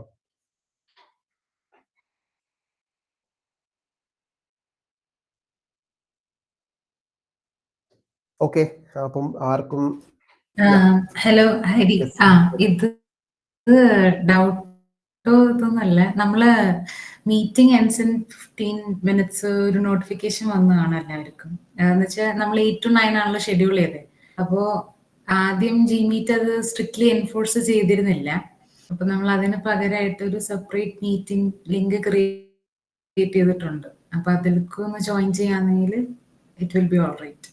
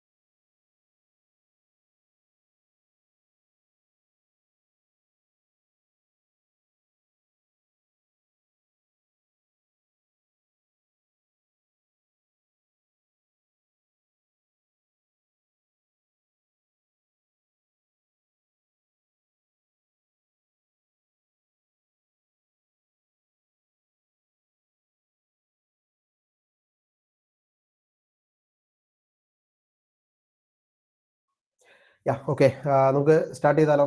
ഓൾമോസ്റ്റ് എല്ലാവരും എത്തിയെന്ന് തോന്നുന്നു അല്ലേ? ഓക്കെ, നെക്സ്റ്റ് നമുക്ക് ഐ പി അഡ്രസ്സിൽ തന്നെ വേറൊരു കൺസെപ്റ്റാണ് നമ്മൾ യൂസ് ചെയ്യുന്ന ഒരു കൺസെപ്റ്റാണ് സബ്നെറ്റിംഗ്. സോ ഇവിടെ ഇതിന്റെ ഒരു ആവശ്യം എന്ന് പറയുന്നത് നമ്മൾ നേരത്തേക്ക് കണ്ടു, ഈവൻ ക്ലാസ് സിയിലാണെങ്കിൽ പോലും 256 IP അഡ്രസ് ഉണ്ട് ഒരു നെറ്റ്വർക്കിനകത്ത്. അതായത് ഒരു ബ്ലോക്കിനകത്ത് 256 IP എന്താണ് നമുക്ക് സിസ്റ്റത്തിന് അസൈൻ ചെയ്യാൻ വേണ്ടി കിടക്കുന്നുണ്ട്. ഇപ്പം ചെറിയൊരു ഇപ്പം 10 20 പേര് വർക്ക് ചെയ്യുന്ന ഒരു കമ്പനിയിൽ ചിലപ്പോൾ അത്രയും നമ്പർ ഓഫ് IP-യുടെ ആവശ്യം ഉണ്ടാവില്ല. അല്ലെങ്കിൽ ഇപ്പം ഒരു 10 റൂമുള്ള ഒരു കമ്പനി നിങ്ങൾ കൺസിഡർ ചെയ്യുക. ഇതിൽ അക്കൗണ്ട്സ് ഉണ്ടാവും, സെയിൽസ് ഉണ്ടാവും, അതുപോലെ തന്നെ ബിസിനസ് ഓപ്പറേഷൻസ്, ഡെവലപ്പേഴ്സ്, ബാക്കി അങ്ങനെ ഒരുപാട് പേര് അവിടെ വർക്ക് ചെയ്യുന്നത്, സപ്പോർട്ടിലെ ആളുകൾ ഉണ്ടാവും. അപ്പോൾ അക്കൗണ്ട്സ് മാനേജ്മെന്റ് ടീം അധിക കമ്പനികളിലും കുറച്ചുകൂടി ഒരു പ്രിവിലേജ്ഡ് കാറ്റഗറി നെറ്റ്വർക്കിനെ വെച്ച് നോക്കുമ്പോൾ. കാരണം അവരുടെ റിസോഴ്സസിനകത്തേക്ക് ആരും ആക്സസ് ചെയ്യുന്നത് അവർക്ക് അത്ര ഇഷ്ടമുള്ള കാര്യമല്ല. സോ അവരെപ്പോഴും നമ്മൾ ആ ഒരു രീതിയിലാണ് അവരെ ട്രീറ്റ് ചെയ്യാറ്. അത് ഓൾമോസ്റ്റ് എല്ലാ സ്ഥലത്തും അങ്ങനെയാണെന്നാണ് എനിക്ക് തോന്നുന്നത്. കുറച്ചുകൂടെ കമ്പനിയുമായി റിലേറ്റഡ് ആയിട്ടുള്ള കോൺഫിഡൻഷ്യൽ ഡാറ്റയൊക്കെ മാനേജ് ചെയ്യുന്ന ടീമാണ് അക്കൗണ്ട്സ് ടീം. അപ്പൊ അവർക്ക് നമ്മൾ എന്ത് ചെയ്യേണ്ടി വരും? സെപ്പറേറ്റ് ഒരു നെറ്റ്വർക്ക്, IP നെറ്റ്വർക്ക് കൊടുക്കേണ്ടി വരും. ഇതിന് നിങ്ങൾ ശ്രദ്ധിക്കേണ്ട ഒരു കാര്യം, നമ്മൾ ഫിസിക്കൽ നെറ്റ്വർക്കിനകത്ത് കണക്ഷൻ, ഒരു നെറ്റ്വർക്കിനകത്ത് എൻ്റെ സിസ്റ്റത്തിന് കണക്ഷൻ ഉണ്ടെങ്കിലേ എനിക്ക് ആ നെറ്റ്വർക്കിനകത്തുള്ള മറ്റു മിഷൻസുമായിട്ട് കമ്മ്യൂണിക്കേറ്റ് ചെയ്യാൻ പറ്റും. അത് നമുക്ക് എല്ലാവർക്കും അറിയുന്ന കാര്യമാണ്. കാരണം കണക്ഷൻ ഇല്ലെങ്കിൽ നമുക്ക് കമ്മ്യൂണിക്കേറ്റ് ചെയ്യാൻ പറ്റില്ല, കണക്ഷൻ ഉണ്ടെങ്കിൽ കമ്മ്യൂണിക്കേറ്റ് ചെയ്യാൻ പറ്റും. 1 2 എന്ന് പറയുന്ന 2 റൂം ഉണ്ടെങ്കിൽ 1-നകത്ത് എൻ്റെ മെഷീന് കണക്ഷൻ ഉണ്ടെങ്കിൽ എനിക്ക് 1-നകത്ത് മൊത്തം കമ്മ്യൂണിക്കേറ്റ് ചെയ്യാം. 2-ലാണ് എൻ്റെ മെഷീന് കണക്ഷൻ എങ്കിൽ എനിക്ക് 2-ൽ മൊത്തം കണക്ട് ചെയ്യാം, കമ്മ്യൂണിക്കേറ്റ് ചെയ്യാൻ പറ്റും. ഇതേപോലെ തന്നെയാണ് IP-യുടെ നെറ്റ്വർക്ക് ID. IP-യുടെ നെറ്റ്വർക്ക് ID സെയിം ആണെങ്കിൽ മാത്രമേ ഫിസിക്കൽ കണക്ഷൻ ഉണ്ടെങ്കിൽ കൂടെ നമുക്ക് കമ്മ്യൂണിക്കേറ്റ് ചെയ്യാൻ പറ്റൂ. അതായത് IP അഡ്രസ്സിന്റെ നെറ്റ്വർക്ക് ID സെയിം ആയിരിക്കണം. രണ്ട് മെഷീൻ തമ്മിൽ കമ്മ്യൂണിക്കേറ്റ് ചെയ്യുമ്പോൾ ഹാർഡ്വെയർ കണക്ഷൻ ഉണ്ടായാലും അല്ലെ നെറ്റ്വർക്ക് കണക്ഷൻ ഉണ്ടായാൽ മാത്രം പോരാ, hardware or virtual network connection ഉണ്ടായാൽ മാത്രം പോരാ, അവരുടെ IP-യുടെ നെറ്റ്വർക്ക് ഐഡിയും സെയിം ആവണം. എങ്കിൽ മാത്രമേ കമ്മ്യൂണിക്കേറ്റ് ചെയ്യൂ. ഡിഫറെന്റ് നെറ്റ്വർക്ക് ID ആവുന്ന സമയത്ത് കമ്മ്യൂണിക്കേറ്റ് ചെയ്യില്ല. അത് ജസ്റ്റ് ഓർത്ത് വെക്കുക. അപ്പൊ ഈ ഒരു കോണ്ടസ്റ്റിൽ ഇപ്പൊ നമുക്ക് അഡ്മിനിസ്ട്രേഷൻ ടീമിന് ഇപ്പൊ നമ്മൾ ക്ലാസ് സി റേഞ്ച് ആണ് ഉപയോഗിക്കുന്നത്. ഒരു എക്സാമ്പിൾ 192.168.10.0 എന്ന് പറയുന്ന ഒരു നെറ്റ്വർക്കാണ് നമ്മൾ ഓഫീസിൽ ഉപയോഗിക്കുന്നത് വിചാരിക്കുക. ആ ഒരു നെറ്റ്വർക്കിൽ അഡ്മിനിസ്ട്രേഷൻ ടീമിനെ കൊണ്ടുവന്നു കഴിഞ്ഞാൽ അതിന്റെ നെറ്റ്വർക്ക് ID കോമൺ ആണ്. അതുകൊണ്ട് മറ്റെല്ലാവരുമായിട്ട് എന്ത് ചെയ്യും? ഈ മിഷനെ കമ്മ്യൂണിക്കേറ്റ് ചെയ്യാൻ പറ്റും. അഡ്മിനിസ്ട്രേഷൻ ടീമിന്റെ സിസ്റ്റത്തിന് കമ്മ്യൂണിക്കേറ്റ് ചെയ്യാൻ പറ്റും. അങ്ങനെ ഒരു ആവശ്യം ഇല്ല എന്നുണ്ടെങ്കിൽ നമ്മൾ എന്ത് ചെയ്യണം? 10-ന് പകരം 11-ഓ 12-ഓ ഉപയോഗിക്കേണ്ടി വരും. വേറൊരു നെറ്റ്വർക്ക് നമ്മൾ എന്ത് ചെയ്യണം? ഈ ഒരു പർപ്പസിന് വേണ്ടി മാത്രം, ആ ഒരു 1-2 മിഷന് വേണ്ടി മാത്രം നമ്മൾ പുതിയൊരു നെറ്റ്വർക്ക് ഉപയോഗിക്കേണ്ടി വരും. അപ്പൊ അത് ഒരുപാട് IP വേസ്റ്റേജ് ഉണ്ടാവും. നിങ്ങൾ ആലോചിക്കുക, ടോട്ടൽ ആ കമ്പനിയിൽ ഒരു 20 പേരാണുള്ളതെന്ന് വിചാരിക്കാം. അതിൽ 3 പേരാണ് അഡ്മിനിസ്ട്രേഷൻ മാനേജ് ചെയ്യുന്നത്. അപ്പൊ ബാക്കി 17 പേരെ ആ ഒരു നെറ്റ്വർക്കിൽ കാണുള്ളൂ. 3 പേർക്ക് വേണ്ടി മാത്രം നമ്മൾ എന്ത് ചെയ്യണം? വീണ്ടും ഒരു നെറ്റ്വർക്ക് ഉപയോഗിക്കണം. അത് ആക്ച്വലി IP വേസ്റ്റേജ് ആണ്. അതിന് നെറ്റ്വർക്ക് വല്ലാതെ വലിയ നെറ്റ്വർക്കായി മാറും. ബ്രോഡനിങ് എന്തൊരു പേര് പറയും അതിന്. മാത്രമല്ല എന്താണ്, IP വേസ്റ്റേജ് ആണ്. അപ്പൊ ഈ IP വേസ്റ്റേജ് ഒഴിവാക്കാൻ വേണ്ടിയിട്ട് നമ്മൾ ഉപയോഗിക്കുന്ന ഒരു കൺസെപ്റ്റ് ആണ് എന്ത്? സബ്നെറ്റിംഗ്. ഇവിടെ നമ്മൾ എന്ത് ചെയ്യുന്നു പറഞ്ഞാൽ, ഇപ്പൊ നമ്മൾ ഡിഫൈൻ ചെയ്തിരിക്കുന്ന നെറ്റ്വർക്ക് ID, ഹോസ്റ്റ് ID-നെ അഗെയിൻ ഡിവൈഡ് ചെയ്യും. വീണ്ടും അത് ഡിവൈഡ് ചെയ്തിട്ട് ചെറുതാക്കും. നെറ്റ്വർക്ക് നമ്പർ ഓഫ് ഹോസ്റ്റ് ഓരോ നെറ്റ്വർക്ക് ID-ക്ക് അണ്ടറിലുള്ളതും വീണ്ടും ചെറുതാക്കും. ഈ ഒരു കൺസെപ്റ്റിനെയാണ് എന്ത്? സബ്നെറ്റിംഗ് എന്ന് പറയുന്നത്. ഇവിടെ നിങ്ങൾക്ക് കാണാം, ക്ലാസ് B റേഞ്ച് ആണ് അവിടെ കൊടുത്തിരിക്കുന്നത്. ഒരു ക്ലാസ് B-യുടെ പിക്ചറാണ് സൈഡിലുള്ളത്. അപ്പൊ അതിൽ ആദ്യത്തെ 2 ബ്ലോക്ക് നെറ്റ്വർക്ക് ആണ്, പിന്നത്തെ 2 ബ്ലോക്ക് ഹോസ്റ്റ് ആണ്. ഇവിടെ സബ്നെറ്റിംഗ് ചെയ്തിട്ട് മൂന്നാമത്തെ ആ ഒരു ഹോസ്റ്റിനെയും കൂടെ എന്ത് ചെയ്യാണ്? കൺവേർട്ട് ചെയ്തു. നമ്മൾ നെറ്റ്വർക്ക് ID ആയിട്ട് കൺവേർട്ട് ചെയ്തു. അപ്പൊ അവിടെ മാക്സിമം കിട്ടാവുന്ന നമ്പർ ഓഫ് IP എന്ന് പറയുന്നത് എന്തായി? 255 ആയിട്ട് ചുരുങ്ങും. കാരണം 2 ബ്ലോക്ക് ഉള്ളതുകൊണ്ട്, 2 ബ്ലോക്ക് ഹോസ്റ്റ് ഉള്ളതുകൊണ്ടായിരുന്നു നേരത്തെ എന്ത് ചെയ്തത്? ഒരുപാട് ആയിരക്കണക്കിന് IP ഉണ്ടായിരുന്നത്. ഇപ്പൊ നമ്മൾ എന്ത് ചെയ്തു? മൂന്നാമത്തെ ബ്ലോക്കിനെ എൻറ്റയർലി നെറ്റ്വർക്കിലേക്ക് അങ്ങ് ആഡ് ചെയ്തു. അപ്പോൾ നമ്പർ ഓഫ് ഹോസ്റ്റ് എന്തായി? 255 ആയിട്ട് ചുരുങ്ങി. ഈ കൺവേർഷന് ശേഷം ഇതെന്തായിരിക്കും? ഇത് ആ ക്ലാസ് സിയുടെ ബിഹേവിയർ കാണിക്കും. കുറെ കാര്യങ്ങൾ ക്ലാസ് സി പോലെ വർക്ക് ചെയ്യും. നമ്പർ ഓഫ് നെറ്റ്വർക്ക് കുറവാണ്, അങ്ങനെയുള്ള ആ ഒരു രീതിയിൽ അത് വർക്ക് ചെയ്യും. ഈ കൺസെപ്റ്റ് പറയുന്ന പേരാണ് എന്ത്? സബ്നെറ്റിംഗ്. സബ്നെറ്റിംഗ് ചെയ്യുന്നത് നമ്മളെ ഹോസ്റ്റ്, ഇപ്പം ഇതാണ് ഈ ഒരു IP അഡ്രസ് 192.168.100.10 എന്ന് പറയുന്ന IP അഡ്രസ്. അതിന്റെ സബ്നെറ്റ് മാസ്ക് 255.255.255.0. കാരണം 192 എന്ന് പറയുന്നത് ക്ലാസ് സിയുടെ റേഞ്ചിലുള്ളതാണ്. സോ ക്ലാസ് സിയുടെ സബ്നെറ്റ് മാസ്ക് ഇവിടെ അപ്ലൈ ആവും. ഓക്കെ, ഈ ക്ലാസ് സിയുടെ ഈ IP ഇപ്പൊ ഇത് രണ്ട് പിക്ചർ ആയതുകൊണ്ടാണ് രണ്ട് IP കാണിക്കുന്നത്. അപ്പൊ നിങ്ങൾ ആലോചിക്കുക, ഇപ്പൊ 192.168.1.1 എന്ന് പറയുന്ന IP-നെ നമ്മൾ ബിറ്റ്സ് ആയിട്ട് ഡിവൈഡ് ചെയ്ത് എഴുതി കഴിഞ്ഞാൽ ഇങ്ങനെയാണ് ഉണ്ടാവുക. ഇത് 192.168 0.1 ആണ്. ഇവിടെ എന്തോ എഴുതിയിൽ മാറിയതാണ്. സോ അത് 0.1 ആണ്. അപ്പൊ ഇതിനെ നമ്മൾ സബ്നെറ്റിംഗ് ചെയ്യുന്ന സമയത്ത് ഇത് ആക്ച്വലി ഹോസ്റ്റിന്റെ ബ്ലോക്ക് ആണ്. ഈ ഒരു ലാസ്റ്റ് 8 ബിറ്റ് എന്ന് പറയുന്നത് ഹോസ്റ്റിന്റെ ഭാഗമാണ്. ഇവിടുത്തെ ആദ്യത്തെ 2 ബിറ്റിന് നമ്മൾ എന്ത് ചെയ്തു? നെറ്റ്വർക്കിലേക്ക് അങ്ങ് ആഡ് ചെയ്തു. അപ്പോൾ സബ്നെറ്റ് മാസ്കും മാറും, IP അഡ്രസ്സും IP ഇത് വീണ്ടും ചെറുതാവും. ടോട്ടൽ നെറ്റ്വർക്ക് ID എന്താവും? ഇവിടെ ഇത് സ്പ്ലിറ്റ് ആവും. ഇപ്പോൾ ഉള്ളത് ഇതിനേക്കാൾ അത് 4 എണ്ണമായിട്ട് സ്പ്ലിറ്റ് ആവും.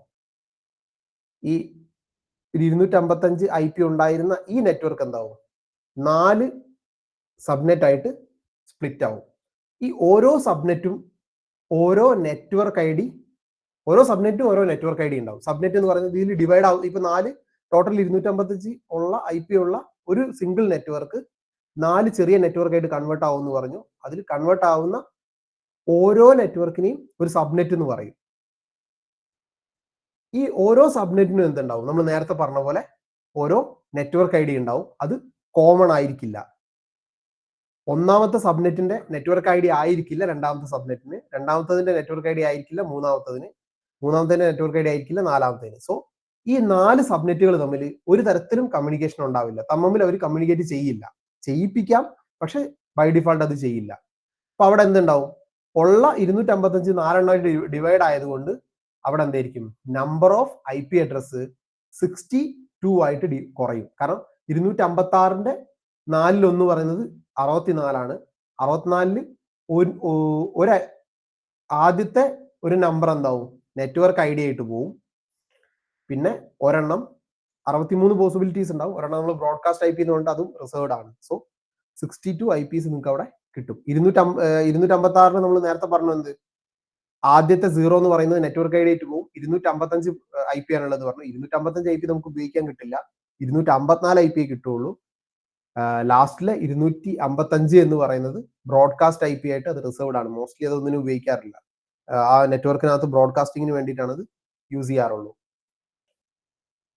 സോ നമ്മൾ പറഞ്ഞ പോലെ ഈ ഒരു ഉള്ള നെറ്റ്വർക്കിനെ ഡിവൈഡ് ചെയ്യുന്ന കൺസെപ്റ്റ് ആണെന്ത്? സബ്നെറ്റിംഗ്. ഇത് നമ്മൾ IP വേസ്റ്റേജ് കുറയ്ക്കുക, നമ്മളെ നെറ്റ്വർക്ക് ചെറുതാക്കി കീപ്പ് ചെയ്യുക. കാരണം എപ്പോഴും അറ്റാക്കിംഗ് സർഫസ് നമ്മൾ ചെറുതാക്കി വെക്കുന്നതാണ് നെറ്റ്വർക്ക് ലെവലിൽ നമുക്ക് സേഫ്. വലിയ ഹോസ്റ്റുള്ള വലിയ നെറ്റ്വർക്കാണ് നമ്മൾ കൺസിഡർ ചെയ്യുന്നതെങ്കിൽ അറ്റാക്കിംഗ് സർഫസ് വളരെ വലുതായിരിക്കും.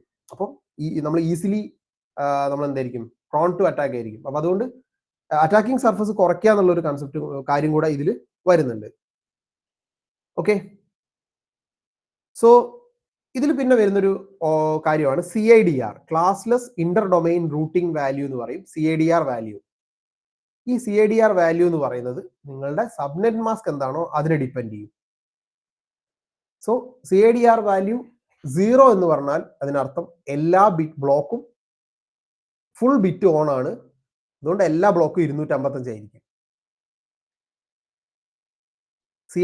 CIDR വാല്യൂ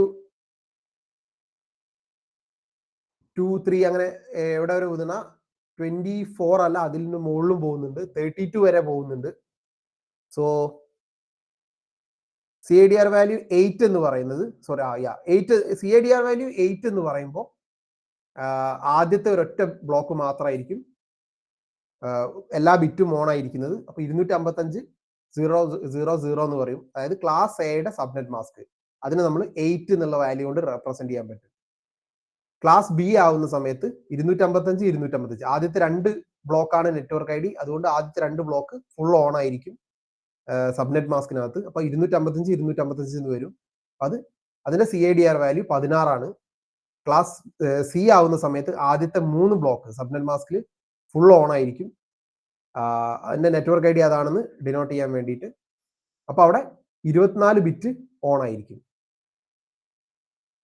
എല്ലാ ബിറ്റും ഓൺ ആവുക മീൻസ് അത് CADR വാല്യൂ 32 എന്ന് പറയും.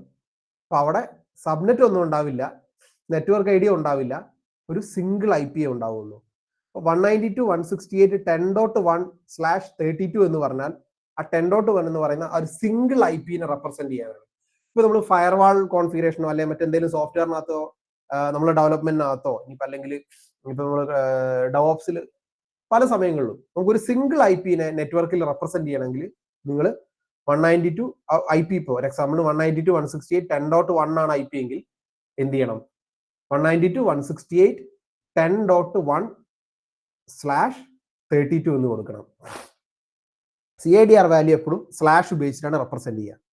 IP അഡ്രസ് നിങ്ങൾ എഴുതുന്ന സമയത്ത് ഇങ്ങനെ IP അഡ്രസ് ആദ്യം എഴുതും, അതിന് താഴെ സബ്നെറ്റ് മാസ്ക് എഴുതണം. ഇവിടെ നിങ്ങൾ CADR വാല്യൂ വെച്ചിട്ടാണ് നിങ്ങൾ ആ IP-നെ റെപ്രസെന്റ് ചെയ്യുന്നതെങ്കിൽ ഇങ്ങനെ /27/30/24 എന്ന് പറഞ്ഞാൽ അങ്ങനെ നമ്മൾ കൊടുക്കേണ്ട ആവശ്യമുള്ളൂ. ഇത് നിങ്ങൾ ഈ IP അഡ്രസിന്റെ കംപ്ലീറ്റ് സബ്നെറ്റ് മാസ്ക് എഴുതുന്നതിന് തുല്യമാണ്. അപ്പോൾ 9.9.9.0/24 എന്ന് പറഞ്ഞാൽ ഈ ഒരു IP-യുടെ ക്ലാസ് സി സബ്നെറ്റ് ആണ് അവിടെ കൊടുത്തിരിക്കുന്നത്. അത് ക്ലാസ് സി സബ്നെറ്റിംഗ് ചെയ്തിട്ടുള്ളതാണത്. അതെന്താ നമ്മൾ ഡിസ്കസ് ചെയ്യും, ജസ്റ്റ് കാണിക്കാൻ വേണ്ടി പറഞ്ഞതേ. IP-യുടെ കൂടെ 255 ഇങ്ങനെ ഈ ഒരു രീതിയിൽ സബ്നെറ്റ് മാസ്ക് എഴുതുന്നതിന് പകരം നിങ്ങൾക്ക് എന്ത് ചെയ്യാം? ക്ലാസ് സി ആണെങ്കിൽ സ്ലാഷ് ആ IP കഴിഞ്ഞതിന് ശേഷം ഒരു സ്ലാഷ് ഇടുന്നു, ദെൻ 24 എന്ന് എഴുതി കഴിഞ്ഞാൽ എഫക്റ്റീവ്ലി സെയിം ആണത്. സോ CADR വാല്യൂ ഈ നെറ്റ്വർക്കിൽ നമുക്ക് ഇതുപോലെ കുറച്ചുകൂടെ ഈസി ആയിട്ട് അതിനെ റെപ്രസെന്റ് ചെയ്യാൻ വേണ്ടിയിട്ട് നമ്മൾ ഉപയോഗിക്കുന്നത്, ഷോർട്ട് ഹാൻഡ് ആയിട്ട് എഴുതാൻ വേണ്ടിയിട്ട് ചെയ്യാൻ വേണ്ടിയിട്ട് നമ്മൾ ഉപയോഗിക്കുന്നതാണ്. രണ്ട് രീതിയിൽ ചെയ്താലും അത് സെയിം ആണ്. സോ ഓരോ ബിറ്റ് ഇപ്പൊ നമ്മളിവിടെ പറഞ്ഞു സബ്നെറ്റിനകത്ത് ഓരോ ബിറ്റ് നമ്മൾ അഡീഷണൽ ഓൺ ആക്കി കൊടുക്കുമെന്ന് പറഞ്ഞു. അപ്പോൾ ആദ്യത്തെ 8, ദെൻ 16, 24 ഇത്രയാണ് ക്ലാസ് എ ഉള്ളത്. ഇതിൽ തൊട്ടടുത്തൊരു ബിറ്റ് ഓൺ ആക്കുമ്പോൾ ഇത് 25 ആവും. 25 ആവുന്ന സമയത്ത് ഈ എൻറ്റയർ നെറ്റ്വർക്ക് 255 IP ഉള്ള ഈ എൻറ്റയർ നെറ്റ്വർക്ക് 2 നെറ്റ്വർക്കായിട്ട് ഡിവൈഡ് ആവും. തൊട്ടടുത്തൊരു ബിറ്റ് ഓൺ ആക്കി കഴിഞ്ഞാൽ ഈ മൊത്തം നെറ്റ്വർക്ക് 4 ബ്ലോക്ക് ആയിട്ട് ഡിവൈഡ് ആവും. അതിനപ്പുറം 8, 16, 32 അങ്ങനെ നമ്പർ ഓഫ് ഡിവിഷൻ ഓരോ ബിറ്റ് നമ്മൾ കൂടുന്നതനുസരിച്ച് എന്ത് ചെയ്യും? അത് നമ്പർ ഓഫ് ഡിവിഷൻ കൂടിക്കൊണ്ടിരിക്കും. 2-ന്റെ പവറിൽ 2 എന്നുള്ള ആ ഒരു കൺസെപ്റ്റിലാണ് ഈ ഡിവിഷൻ നടക്കുന്നത്.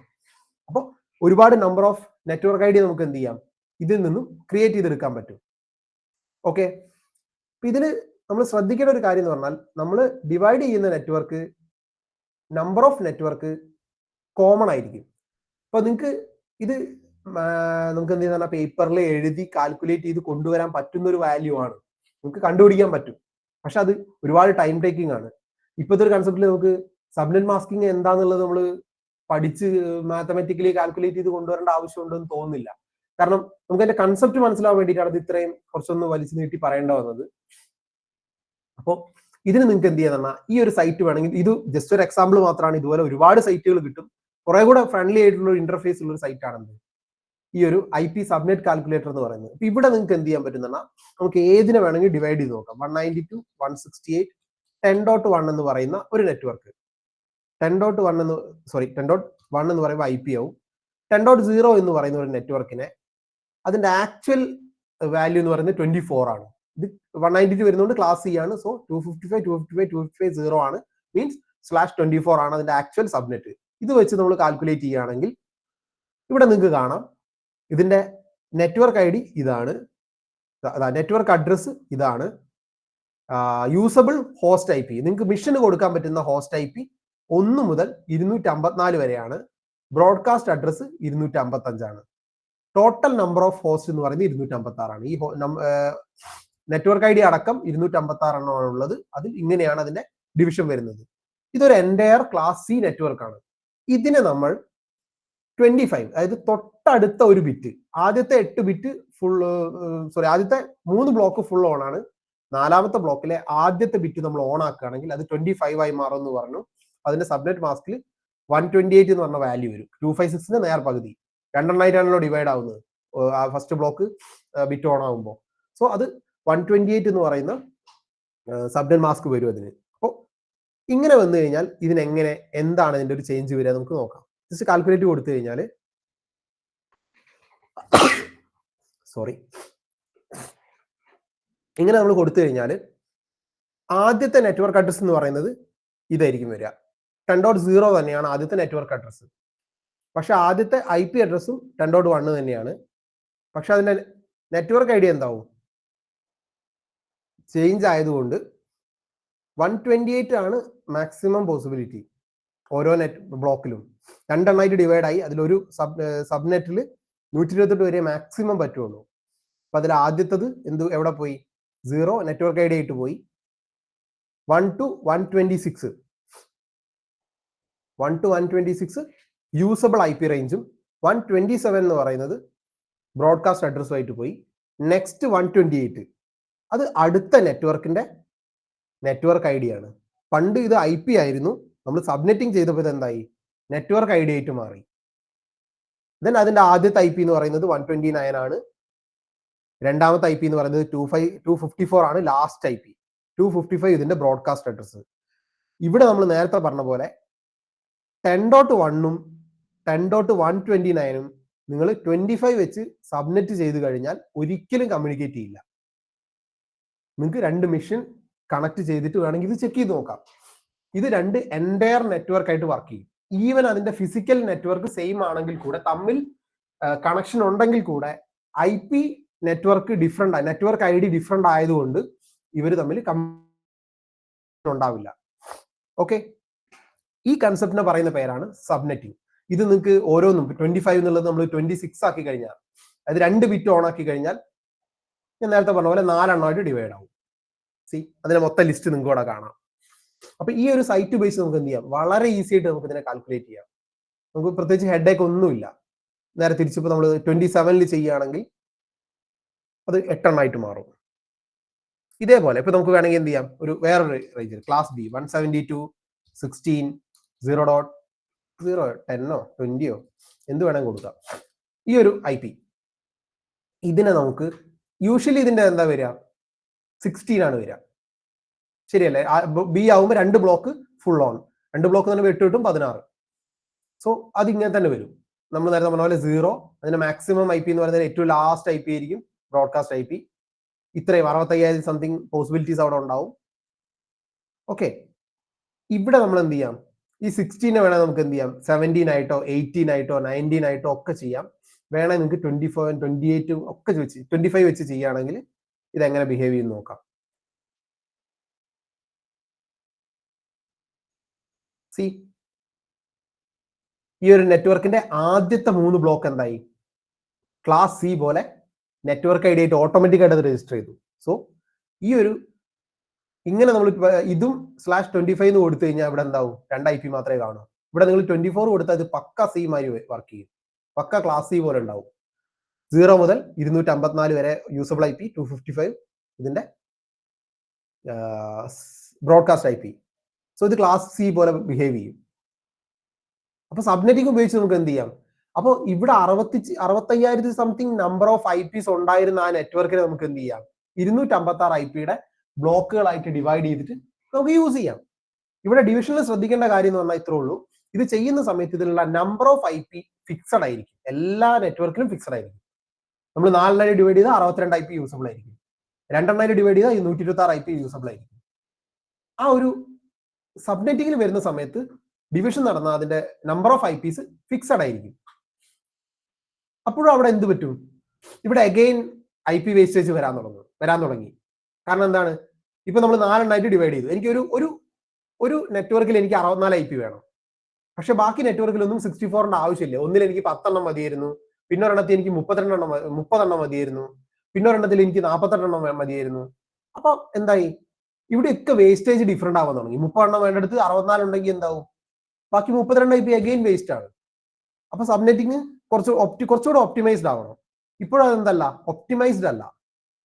സംഭവം അത് കുറെ വേസ്റ്റേജ് ഒക്കെ തടഞ്ഞെങ്കിൽ കൂടെ അത്ര അങ്ങോട്ട് വീണ്ടും അതത്ര എന്തല്ല, ഒപ്റ്റിമൈസ്ഡ് അല്ല. അപ്പൊ ഇതിനെ വീണ്ടും ഫർദർ വേസ്റ്റേജ് കുറയ്ക്കാൻ വേണ്ടിയിട്ട് കൊണ്ടുവന്ന വേറൊരു കൺസെപ്റ്റ് ആണെന്ത്? Variable length subnet mask. നമുക്ക് എന്ത് ചെയ്യാം? നമുക്ക് ആവശ്യമുള്ള സൈസിൽ നമ്മൾ ആ ഒരു സിംഗിൾ നെറ്റ്വർക്ക് സെലക്ട് ചെയ്ത് അതിനെ ഡിവൈഡ് ചെയ്തിട്ട് നമുക്ക് വേണ്ട പോലെ യൂസ് ചെയ്യാം. 16 IP വേണമെങ്കിൽ 16 IP എടുക്കാം, 32 IP വേണമെങ്കിൽ 32 IP എടുക്കാം. അപ്പോൾ ഓരോ സബ്നെറ്റ് മാസ്കിനും എന്തുണ്ടാവും, അതിൽ വരുന്ന നമ്പർ ഓഫ് ഹോസ്റ്റിന് ഒരു ഫിക്സഡ് വാല്യൂ ഉണ്ടാവും. അത് ഓൾവേസ് ഫിക്സഡ് ആയിരിക്കും. ഇപ്പൊ നമ്മൾ പറയുകയാണെങ്കിൽ 24 ഉപയോഗിച്ചാൽ 256 IP ഫിക്സഡ് ആണ്. പകരം നമ്മൾ 25 ഉപയോഗിക്കുകയാണെങ്കിൽ വരുന്ന നമ്പർ ഓഫ് IP ഫിക്സഡ് ആണ്. 128 IPs ഫിക്സഡ് ആണ് 25 ആണെങ്കിൽ. 26 ആണെങ്കിൽ 64 ഫിക്സഡ് ആണ്. 64 ഫിക്സഡ് ആണ്. മാക്സിമം പോസിബിലിറ്റി ആണ് ഇതിനകത്ത് ഒരെണ്ണം ബ്രോഡ്കാസ്റ്റ് IP ഒരെണ്ണം സബ്നെറ്റ് ID ആയിട്ട് പോകും. സ്റ്റിൽ 62 IP നമുക്ക് യൂസബിൾ ആയിരിക്കും. അപ്പൊ ഈ ഒരു വാല്യൂ വെച്ചിട്ട് വേണം നമ്മൾ ഏത് സബ്നെറ്റ് നമുക്ക് എപ്പോ എവിടെ യൂസ് ചെയ്യണം എന്നുള്ളത് നമ്മൾ തീരുമാനിക്കാൻ. ഇത് നിങ്ങൾക്ക് ഈ സബ്നെറ്റ് കാൽക്കുലേറ്ററിന്റെ ഹെൽപ്പോട് കൂടി ഈസിലി കണ്ടുപിടിക്കാം. നിങ്ങൾ ഓഫീസിൽ ഇത് ഓൾറെഡി ചെയ്തു വെച്ചിട്ടുണ്ടെങ്കിൽ നിങ്ങൾക്ക് അവിടെ നിന്ന് ഈസി ആയിട്ട് അത് മനസ്സിലാക്കാം. ഓ, ഞാൻ ഇന്ന സബ്നെറ്റിലാണ്, ഇന്ന ആള് ഇന്ന സബ്നെറ്റിലാണ്. ഓക്കെ, അപ്പൊ നമ്മൾ കമ്മ്യൂണിക്കേഷൻ ഉണ്ടാവില്ല. നമുക്ക് ഇത് ഈസി ആയിട്ട് മനസ്സിലാക്കാം. അല്ലെങ്കിൽ നമുക്ക് നാളെ ഒരു സ്ഥലത്ത് നമ്മൾ ട്രബിൾ ഷൂട്ട് ചെയ്യാണ്, എന്തോ ഒരു പ്രശ്നം, നമ്മൾ കാര്യങ്ങളൊക്കെ കണ്ടെയ്നറൊക്കെ ഡിപ്ലോയ് ചെയ്തു, ദെൻ നമ്മൾ ട്രബിൾ ഷൂട്ട് ചെയ്യുന്ന സമയത്ത് ജനറൽ ഉണ്ടെങ്കിൽ ഇത് കമ്മ്യൂണിക്കേറ്റ് ചെയ്യുന്നില്ല. അപ്പൊ നമുക്ക് എന്ത് ചെയ്യാം, ഈ വാല്യൂസിന് നമ്മൾ മനസ്സിൽ വന്നു കഴിഞ്ഞാൽ നമുക്ക് എന്ത് ചെയ്യാം, ഓക്കെ, ഇന്ന ബ്ലോക്കിൽ ഇത്ര IP ഉള്ളൂ, അപ്പൊ ഇത് മറ്റേ ബ്ലോക്കുമായിട്ട് കമ്മ്യൂണിക്കേറ്റ് ചെയ്യില്ല. അപ്പൊ അവിടെ നമുക്ക് ആ ഒരു പ്രോബ്ലം റിസോൾവ് ചെയ്യാൻ ഇത് കുറെ കൂടെ ഹെൽപ്ഫുൾ ആയിരിക്കും. അധിക സ്ഥലത്തും ഇപ്പം സബ്നെറ്റിങ്ങിനേക്കാൾ കൂടുതൽ VLSM ആണ് യൂസ് ചെയ്യുന്നത്. കാരണം വേസ്റ്റേജ് കുറയ്ക്കാൻ വേണ്ടി. ഇപ്പം നമ്മൾ പ്രാക്ടീസിലുള്ള സാധനമാണ് VLSM. ഇപ്പൊ ഞങ്ങളൊക്കെ ഇവിടെ പ്രാക്ടീസ് ചെയ്യുന്ന കാര്യമാണത്. ഈ VLSM ചെയ്യുന്നത് പറഞ്ഞ പോലെ IP വേസ്റ്റേജ് കുറയ്ക്കുക. എനിക്കിപ്പം ഞാൻ പറഞ്ഞു നേരത്തെ 48 IP വേണമെന്ന് പറഞ്ഞു, അവിടെ എനിക്ക് എന്ത് ചെയ്യാം, 64 IP വരുന്ന ആ ഒരു സബ്നെറ്റ് യൂസ് ചെയ്യാം. 32 IP വേണ്ട സ്ഥലത്ത് എനിക്ക് എന്ത് ചെയ്യാം, അഗെയിൻ 64 ഉള്ളത് വേണമെങ്കിൽ യൂസ് ചെയ്യാം. 16 IP വരുന്ന സ്ഥലത്ത് എനിക്ക് 32 നമ്പർ ഓഫ് IPs വരുന്ന, ഇപ്പൊ നമ്മൾ 8 എണ്ണായിട്ട് ഡിവൈഡ് ചെയ്യുമ്പോൾ അതിലെന്തായി 32 നമ്പറേ വരുള്ളൂ. അപ്പൊ അതെനിക്ക് അവിടെ യൂസ് ചെയ്യാം. അപ്പൊ ഞാൻ ഈ രീതിയിൽ എനിക്ക് എന്ത് ചെയ്യാം, ഇതിനെ ഡിവൈഡ് ചെയ്ത് കൊണ്ടുപോകാം.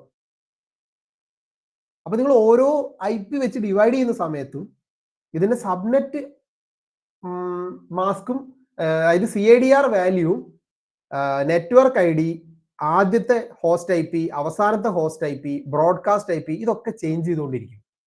ഇപ്പൊ നമ്മൾ 192, 168, ഒരു സെക്കൻഡ്, ഇതിൽ എഴുതാൻ പറ്റുമോ എന്ന് എനിക്കറിയില്ല. ഓക്കെ, അത് വർക്ക് ആവുന്നുണ്ട്. സോ എന്താ പറയാ, ഇപ്പൊ നമ്മള് വൺ സെക്കൻഡ്, സോ ഓക്കെ, ഇപ്പൊ നമ്മളൊരു IP അഡ്രസ് കൺസിഡർ ചെയ്യാണ്. 192.168.10.1 എന്ന് പറയുന്ന ഈ ഒരു IP-നെ നമ്മൾ ആദ്യത്തെ സബ്നെറ്റിംഗ് ചെയ്യുകയാണെങ്കിൽ 192.168.10.1/ എനിക്ക് ഇവിടെ 32 വേണം. അങ്ങനെയാവുമ്പോൾ 25-ല് 2, 6-ല് 4, 7-ല് 8, ഞാനിവിടെ 27 വെച്ച് സബ്മിറ്റ് ചെയ്ത് കഴിഞ്ഞാൽ എനിക്കിവിടെ ആദ്യത്തെ IP എന്ന് പറയുന്നത് 10.0 ആയിരിക്കും നെറ്റ്വർക്ക്. 1 അല്ല, ആക്ച്വലി 0 ആയിരിക്കും നെറ്റ്വർക്ക്. 10.1 എന്ന് പറയുന്നതിന്റെ ആദ്യത്തെ IP ആയിരിക്കും 10.32, 31, 30 ആയിരിക്കും എന്റെ ലാസ്റ്റ് IP. ബ്രോഡ്കാസ്റ്റ് IP 10.31 ആയിരിക്കും. 32 എന്ന് പറയുന്നത് 10.32 എന്ന് പറയുന്നത് അടുത്ത നെറ്റ്വർക്കാണ്. ഇവിടെ ഈ 32-ന് എനിക്ക് 27-ല് തന്നെ ചെയ്യണം എന്ന് ഒരു നിർബന്ധമില്ല. എനിക്ക് വേണമെങ്കിൽ അവിടെ എന്ത് ചെയ്യാം, 25 ഉപയോഗിച്ച് സബ്മിറ്റ് ചെയ്യാം. 32/25 എന്ന് പറയുന്ന സമയത്ത് ഇവിടെ അഗൈൻ ഇതിന്റെ ബിഹേവിയർ ചേഞ്ച് ആവും. അപ്പൊ ഇവിടെ ആദ്യത്തെ IP എന്ന് പറയുന്നത് 10.33 ആയിട്ട് മാറും. ഇതിന്റെ ലാസ്റ്റ് IP എന്ന് പറയുന്നത് എന്തായിരിക്കും, ഇവിടെ 25 വരുമ്പോൾ ആ നെറ്റ്വർക്കിൽ 128 നമ്പർ ഓഫ് IPs ഉണ്ടാവും. അപ്പൊ 32 പ്ലസ് 128 വരുന്നതായിരിക്കും എന്ത്, അതിന്റെ അടുത്ത തന്നെ സബ്നെറ്റ് ID. അപ്പൊ 128 എന്ന് പറയുമ്പോൾ 130, 160 മറ്റോ ആയിരിക്കും വരിക ഏകദേശം. ഞാൻ മാത്സിൽ അത്ര ഇതല്ല, സോ കാൽക്കുലേഷനിൽ തെറ്റിപ്പോവാം മേ ബി. ഞാൻ എങ്കിലും ഒരു ഊഹം വെച്ച് എഴുതാണ്. അപ്പൊ ഇതിന്റെ ലാസ്റ്റ് IP ഒരു എക്സാമ്പിൾ ഇപ്പോൾ 160 ആണ് അടുത്ത നെറ്റ്വർക്ക് ID എങ്കിൽ 160 10.160 ആണ് അടുത്ത നെറ്റ്വർക്ക് ID എന്ന് വിചാരിക്കുക. അതായത് ഇവിടെ 32-ന് കൂടെ ഈ ഒരു ബ്ലോക്ക് നമ്മൾ 25 ചെയ്താൽ 128 പോസിബിലിറ്റീസ് നമുക്ക് ഇവിടെ വന്നു, പോസ്റ്റ് വന്നു. അതിൽ ആദ്യത്തെ 33 എന്ന് പറയുന്നത് ഫസ്റ്റ്, 32 എന്ന് പറയുന്നത് നെറ്റ്വർക്ക് ID ആയി, 33 ഫസ്റ്റ് IP, 160 ആണെങ്കിൽ 10.159 എന്ന് പറയുന്നത് എന്താവും, ലാസ്റ്റ് IP ആയിട്ട് മാറും. അപ്പൊ ആദ്യത്തെ ഈ 32-ന് കൂടെ നമ്മൾ എന്ത് ചെയ്തു, 128 കൂടെ, ഇവിടെ 25 ആയതുകൊണ്ട് 128 കൂടെ ആഡ് ചെയ്തു. ഈ രീതിയിൽ നമുക്ക് എന്ത് ചെയ്യാം, ഒരു IP-നെ കണ്ടിന്യൂസ് ആയിട്ട് നമുക്ക് യൂസ് ചെയ്ത് പോകാൻ പറ്റും. VLSM വെച്ചിട്ട്. ഇത് നിങ്ങൾക്ക് കാണുന്നുണ്ടെന്ന് വിചാരിക്കുന്നു എഴുതുന്നത്, കാരണം വൈറ്റ് സ്ക്രീൻ അല്ല ആക്ച്വലി. ഓക്കെ അല്ലേ? യാ ഓക്കെ, ഒരു ലൈക്ക് തമ്പ് കണ്ടു. സോ മീൻസ് അത് കാണുന്നുണ്ട് ആക്ച്വലി. ഞാനിത് റൈറ്റ് ചെയ്യണം എന്നുള്ളൊരു പ്രിപ്പറേഷനിൽ ചെയ്തൊരു സ്ലൈഡ് അല്ല. അപ്പം മാത്രമല്ല PPT ക്രിയേറ്റ് ചെയ്യുന്നതിന് ഞാൻ അത്ര പുലിയല്ല. സോ അതിന്റെ ചെറിയ ഡ്രോബാക്ക് ഒക്കെ ഉണ്ട്, കളർഫുൾ ഒക്കെ ആയി പോകുന്നത് അതുകൊണ്ടാണ്. ഉള്ള ഏതോ ഒരു സ്ലൈഡ് വെച്ച് പ്രിപ്പയർ ചെയ്തതാണ്. സ്റ്റിൽ ഞാൻ പറയാം. അപ്പം ഇങ്ങനെ എന്ത് ചെയ്യാം, നമുക്ക് ആവശ്യമുള്ള രീതിയിൽ മുറിച്ചിട്ട് കണ്ടിന്യൂസ് ആയിട്ട് നമുക്ക് യൂസ് ചെയ്യാം. നമ്മൾ ഒരു ബ്ലോക്കിനെ നമ്മൾ 27 ഡിവൈഡ് ചെയ്ത് വെച്ചിട്ട് നമ്മൾ ആ മൊത്തം നെറ്റ്വർക്കിനെ 27 ചെയ്യണം ഒരു നിർബന്ധമില്ല. നമുക്ക് അടുത്തത് 16 IP മതിയെങ്കിൽ അഗൈൻ നമ്മൾ 28 വെച്ച് ഡിവൈഡ് ചെയ്യാം. 25 കഴിഞ്ഞു, അപ്പൊ 160 എത്തി. അവിടെ ആ 160 നമുക്ക് എന്ത് ചെയ്യാൻ വേണമെങ്കിൽ 10.160 എന്ന് പറയുന്ന IP നെ നമുക്ക് എന്ത് ചെയ്യാം, ഇവിടെ 28 വെച്ച് അടുത്തത് ഡിവൈഡ് ചെയ്യാം. അപ്പൊ ഇവിടെ 16 IP വരും. അപ്പൊ 160 പ്ലസ് 16 176 എന്ന് വരും. അപ്പൊ അങ്ങനെ നമുക്ക് എന്ത് ചെയ്യാം, നമുക്ക് ആവശ്യമുള്ള സൈസിൽ ഇതിന് എന്ത് ചെയ്യാം, അവൈലബിൾ ആയിട്ടുള്ള CADR വാല്യൂ വെച്ചിട്ട് നമുക്ക് സ്പ്ലിറ്റ് ചെയ്ത് കൊണ്ടുപോകാൻ പറ്റും. ഈ ഒരു രീതിയിലാണ് എന്ത് ചെയ്യുന്നത്, പലപ്പോഴും പല സ്ഥലങ്ങളിലും നെറ്റ്വർക്ക് ഡിഫൈൻഡ് ആയിരിക്കുക, ഡിസൈൻ ചെയ്തിരിക്കുക. നമുക്ക് വേണ്ട രീതിയിൽ അതിനെ ഡിവൈഡ് ചെയ്ത് ഉപയോഗിക്കാം. ഇങ്ങനെ ചെയ്യുന്ന സമയത്ത് നമുക്ക് ഇതുകൊണ്ട് ഒരുപാട് ഗുണങ്ങളുണ്ട്. നമുക്ക് ചെറിയ നെറ്റ്വർക്ക് ഫോം ചെയ്യാം. നമ്മളെ അറ്റാക്ക് സർഫസ് വളരെ കുറവായിരിക്കും. എനിക്ക് 10 IP വേണ്ട സ്ഥലത്ത് ഞാൻ 16 IP ഇടുന്നുള്ളൂ വെച്ചാൽ അതിന്റെ നെറ്റ്വർക്ക് ചെറുതായി, നമ്പർ ഓഫ് സിസ്റ്റംസും നമ്പർ ഓഫ് ജോയിൻ ചെയ്യുന്ന ആളുകളും കുറവുള്ളൂ. സോ മീൻസ് എന്താണ്, എനിക്ക് അറ്റാക്ക് വൾണറബിൾ ആയിരിക്കുന്ന ഏരിയ കുറവായിരിക്കും. അപ്പൊ ഇങ്ങനെ നമുക്ക് എന്ത് ചെയ്യാം, നെറ്റ്വർക്ക് സെക്യൂരിറ്റിയുടെ ഭാഗമായിട്ട് എന്ത് ചെയ്യാറുണ്ട്, നമ്മൾ VLSM യൂസ് ചെയ്യാറുണ്ട്. ഇതേപോലെ വേറെ 2 കൺസെപ്റ്റ് ആണ് എന്ത്, സൂപ്പർ നെറ്റിങ്ങും FLSM. FLSM നമ്മൾ നേരത്തെ പറഞ്ഞ പോലെ ഫിക്സഡ് ലെങ്ത് സബ്നെറ്റ് മാസ്കിംഗ്. നമ്മൾ നോർമൽ സബ്നെറ്റ് മാസ്കിംഗ് തന്നെയാണ് FLSM എന്ന് പറയുന്നത്. ആ നെറ്റ്വർക്ക് നമ്മൾ 24 ആണെങ്കിൽ 24 തന്നെ യൂസ് ചെയ്യുന്നു. 26 ആണ് ഡിവൈഡ് ചെയ്യുന്നതെങ്കിൽ 26ൽ 4 ബ്ലോക്ക് ആയിട്ട് തന്നെ അതിന്റെ ഡിഫാൾട്ട് ലെങ്ത് അങ്ങ് ഉപയോഗിക്കും. സോ അതിനകത്തുള്ള നമ്പർ ഓഫ് സബ്നെറ്റ്സ് സെയിം ആയിരിക്കും. ഇതിനെയാണ് ഫിക്സഡ് ലെങ്ത് സബ്നെറ്റ് മാസ്കിംഗ് എന്ന് പറയുന്നത്. ഇതാണ് നമ്മൾ ഫസ്റ്റ് കണ്ടത്. സൂപ്പർ നെറ്റിംഗ് എന്ന് പറയുന്നത്, ഇപ്പൊ നമ്മൾ 3 റൂമിനകത്ത് നമ്മൾ എന്ത് ചെയ്തു, നമുക്ക് ഓരോ റൂമിലും 250 യൂസേഴ്സ് ഒക്കെ ഉണ്ടെന്ന് വിചാരിക്കുക. അങ്ങനെ നമുക്ക് 3 റൂമുണ്ട്. ഈ 3 റൂമും നമ്മളെ കമ്പനിയുടെ തന്നെയാണ്. എന്നിട്ട് ഇതിനെ ഹെഡ് ഓഫീസ് ആയിട്ട് കണക്ട് ചെയ്യണം. അപ്പൊ നമുക്ക് 3 റൂമിന്റെ IPയും എന്ത് ചെയ്യേണ്ടി വരും, നമ്മൾ ഹെഡ് ഓഫീസ് കണക്ട് ചെയ്യുന്ന സമയത്ത് പല സ്ഥലങ്ങളിലും നമ്മൾ യൂസ് ചെയ്യേണ്ടി വരും. അപ്പൊ ഇത് നമുക്ക് കുറച്ചും കൂടെ ഒരു കോംപ്ലക്സ് ആണ്, ഉപയോഗിക്കുക എന്ന് പറയുന്നത് കുറച്ച് ബുദ്ധിമുട്ടാണ്. അപ്പൊ നമുക്ക് എന്ത് ചെയ്യാം, 3 or 4 റൂം ആയിക്കോട്ടെ. സോ ഈ മൊത്തം നെറ്റ്വർക്കിനെ നമുക്ക് എന്ത് ചെയ്യാം, ഒരു സിംഗിൾ റെപ്രസെന്റേഷൻ വഴി കാണിക്കാൻ പറ്റി കഴിഞ്ഞാൽ വളരെ എളുപ്പമല്ലേ അത്.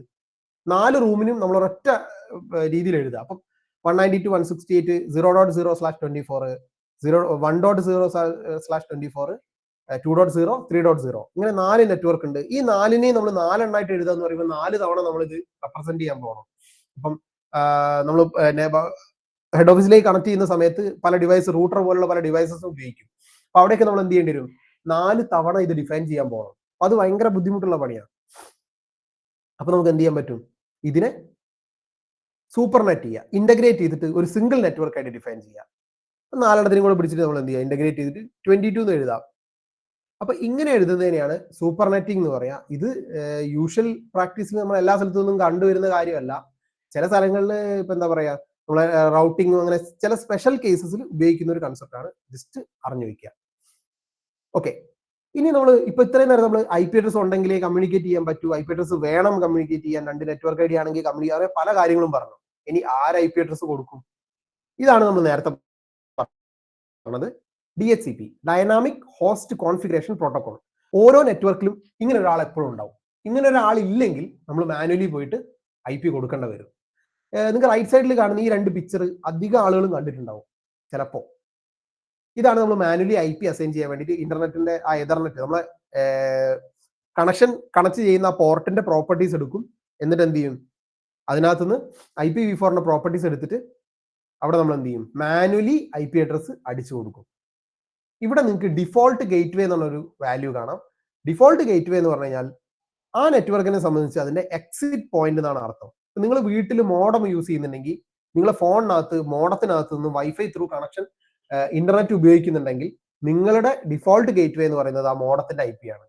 കാരണം ആ മോഡം വഴിയാണ് നിങ്ങളുടെ ഇന്റർനെറ്റ് കണക്ഷൻ, നിങ്ങളുടെ ഫോണിൽ നിന്ന് ഒരു ഇന്റർനെറ്റിലേക്ക് റിക്വസ്റ്റ് പോകുന്നത് ആ മോഡം വഴിയാണ് എക്സിറ്റ് ചെയ്ത് പോകുന്നത്. സോ ഏതൊരു നെറ്റ്വർക്കിന്റെയും എക്സിറ്റ് പോയിന്റ് ആണെന്ത് ഡിഫോൾട്ട് ഗേറ്റ്വേ.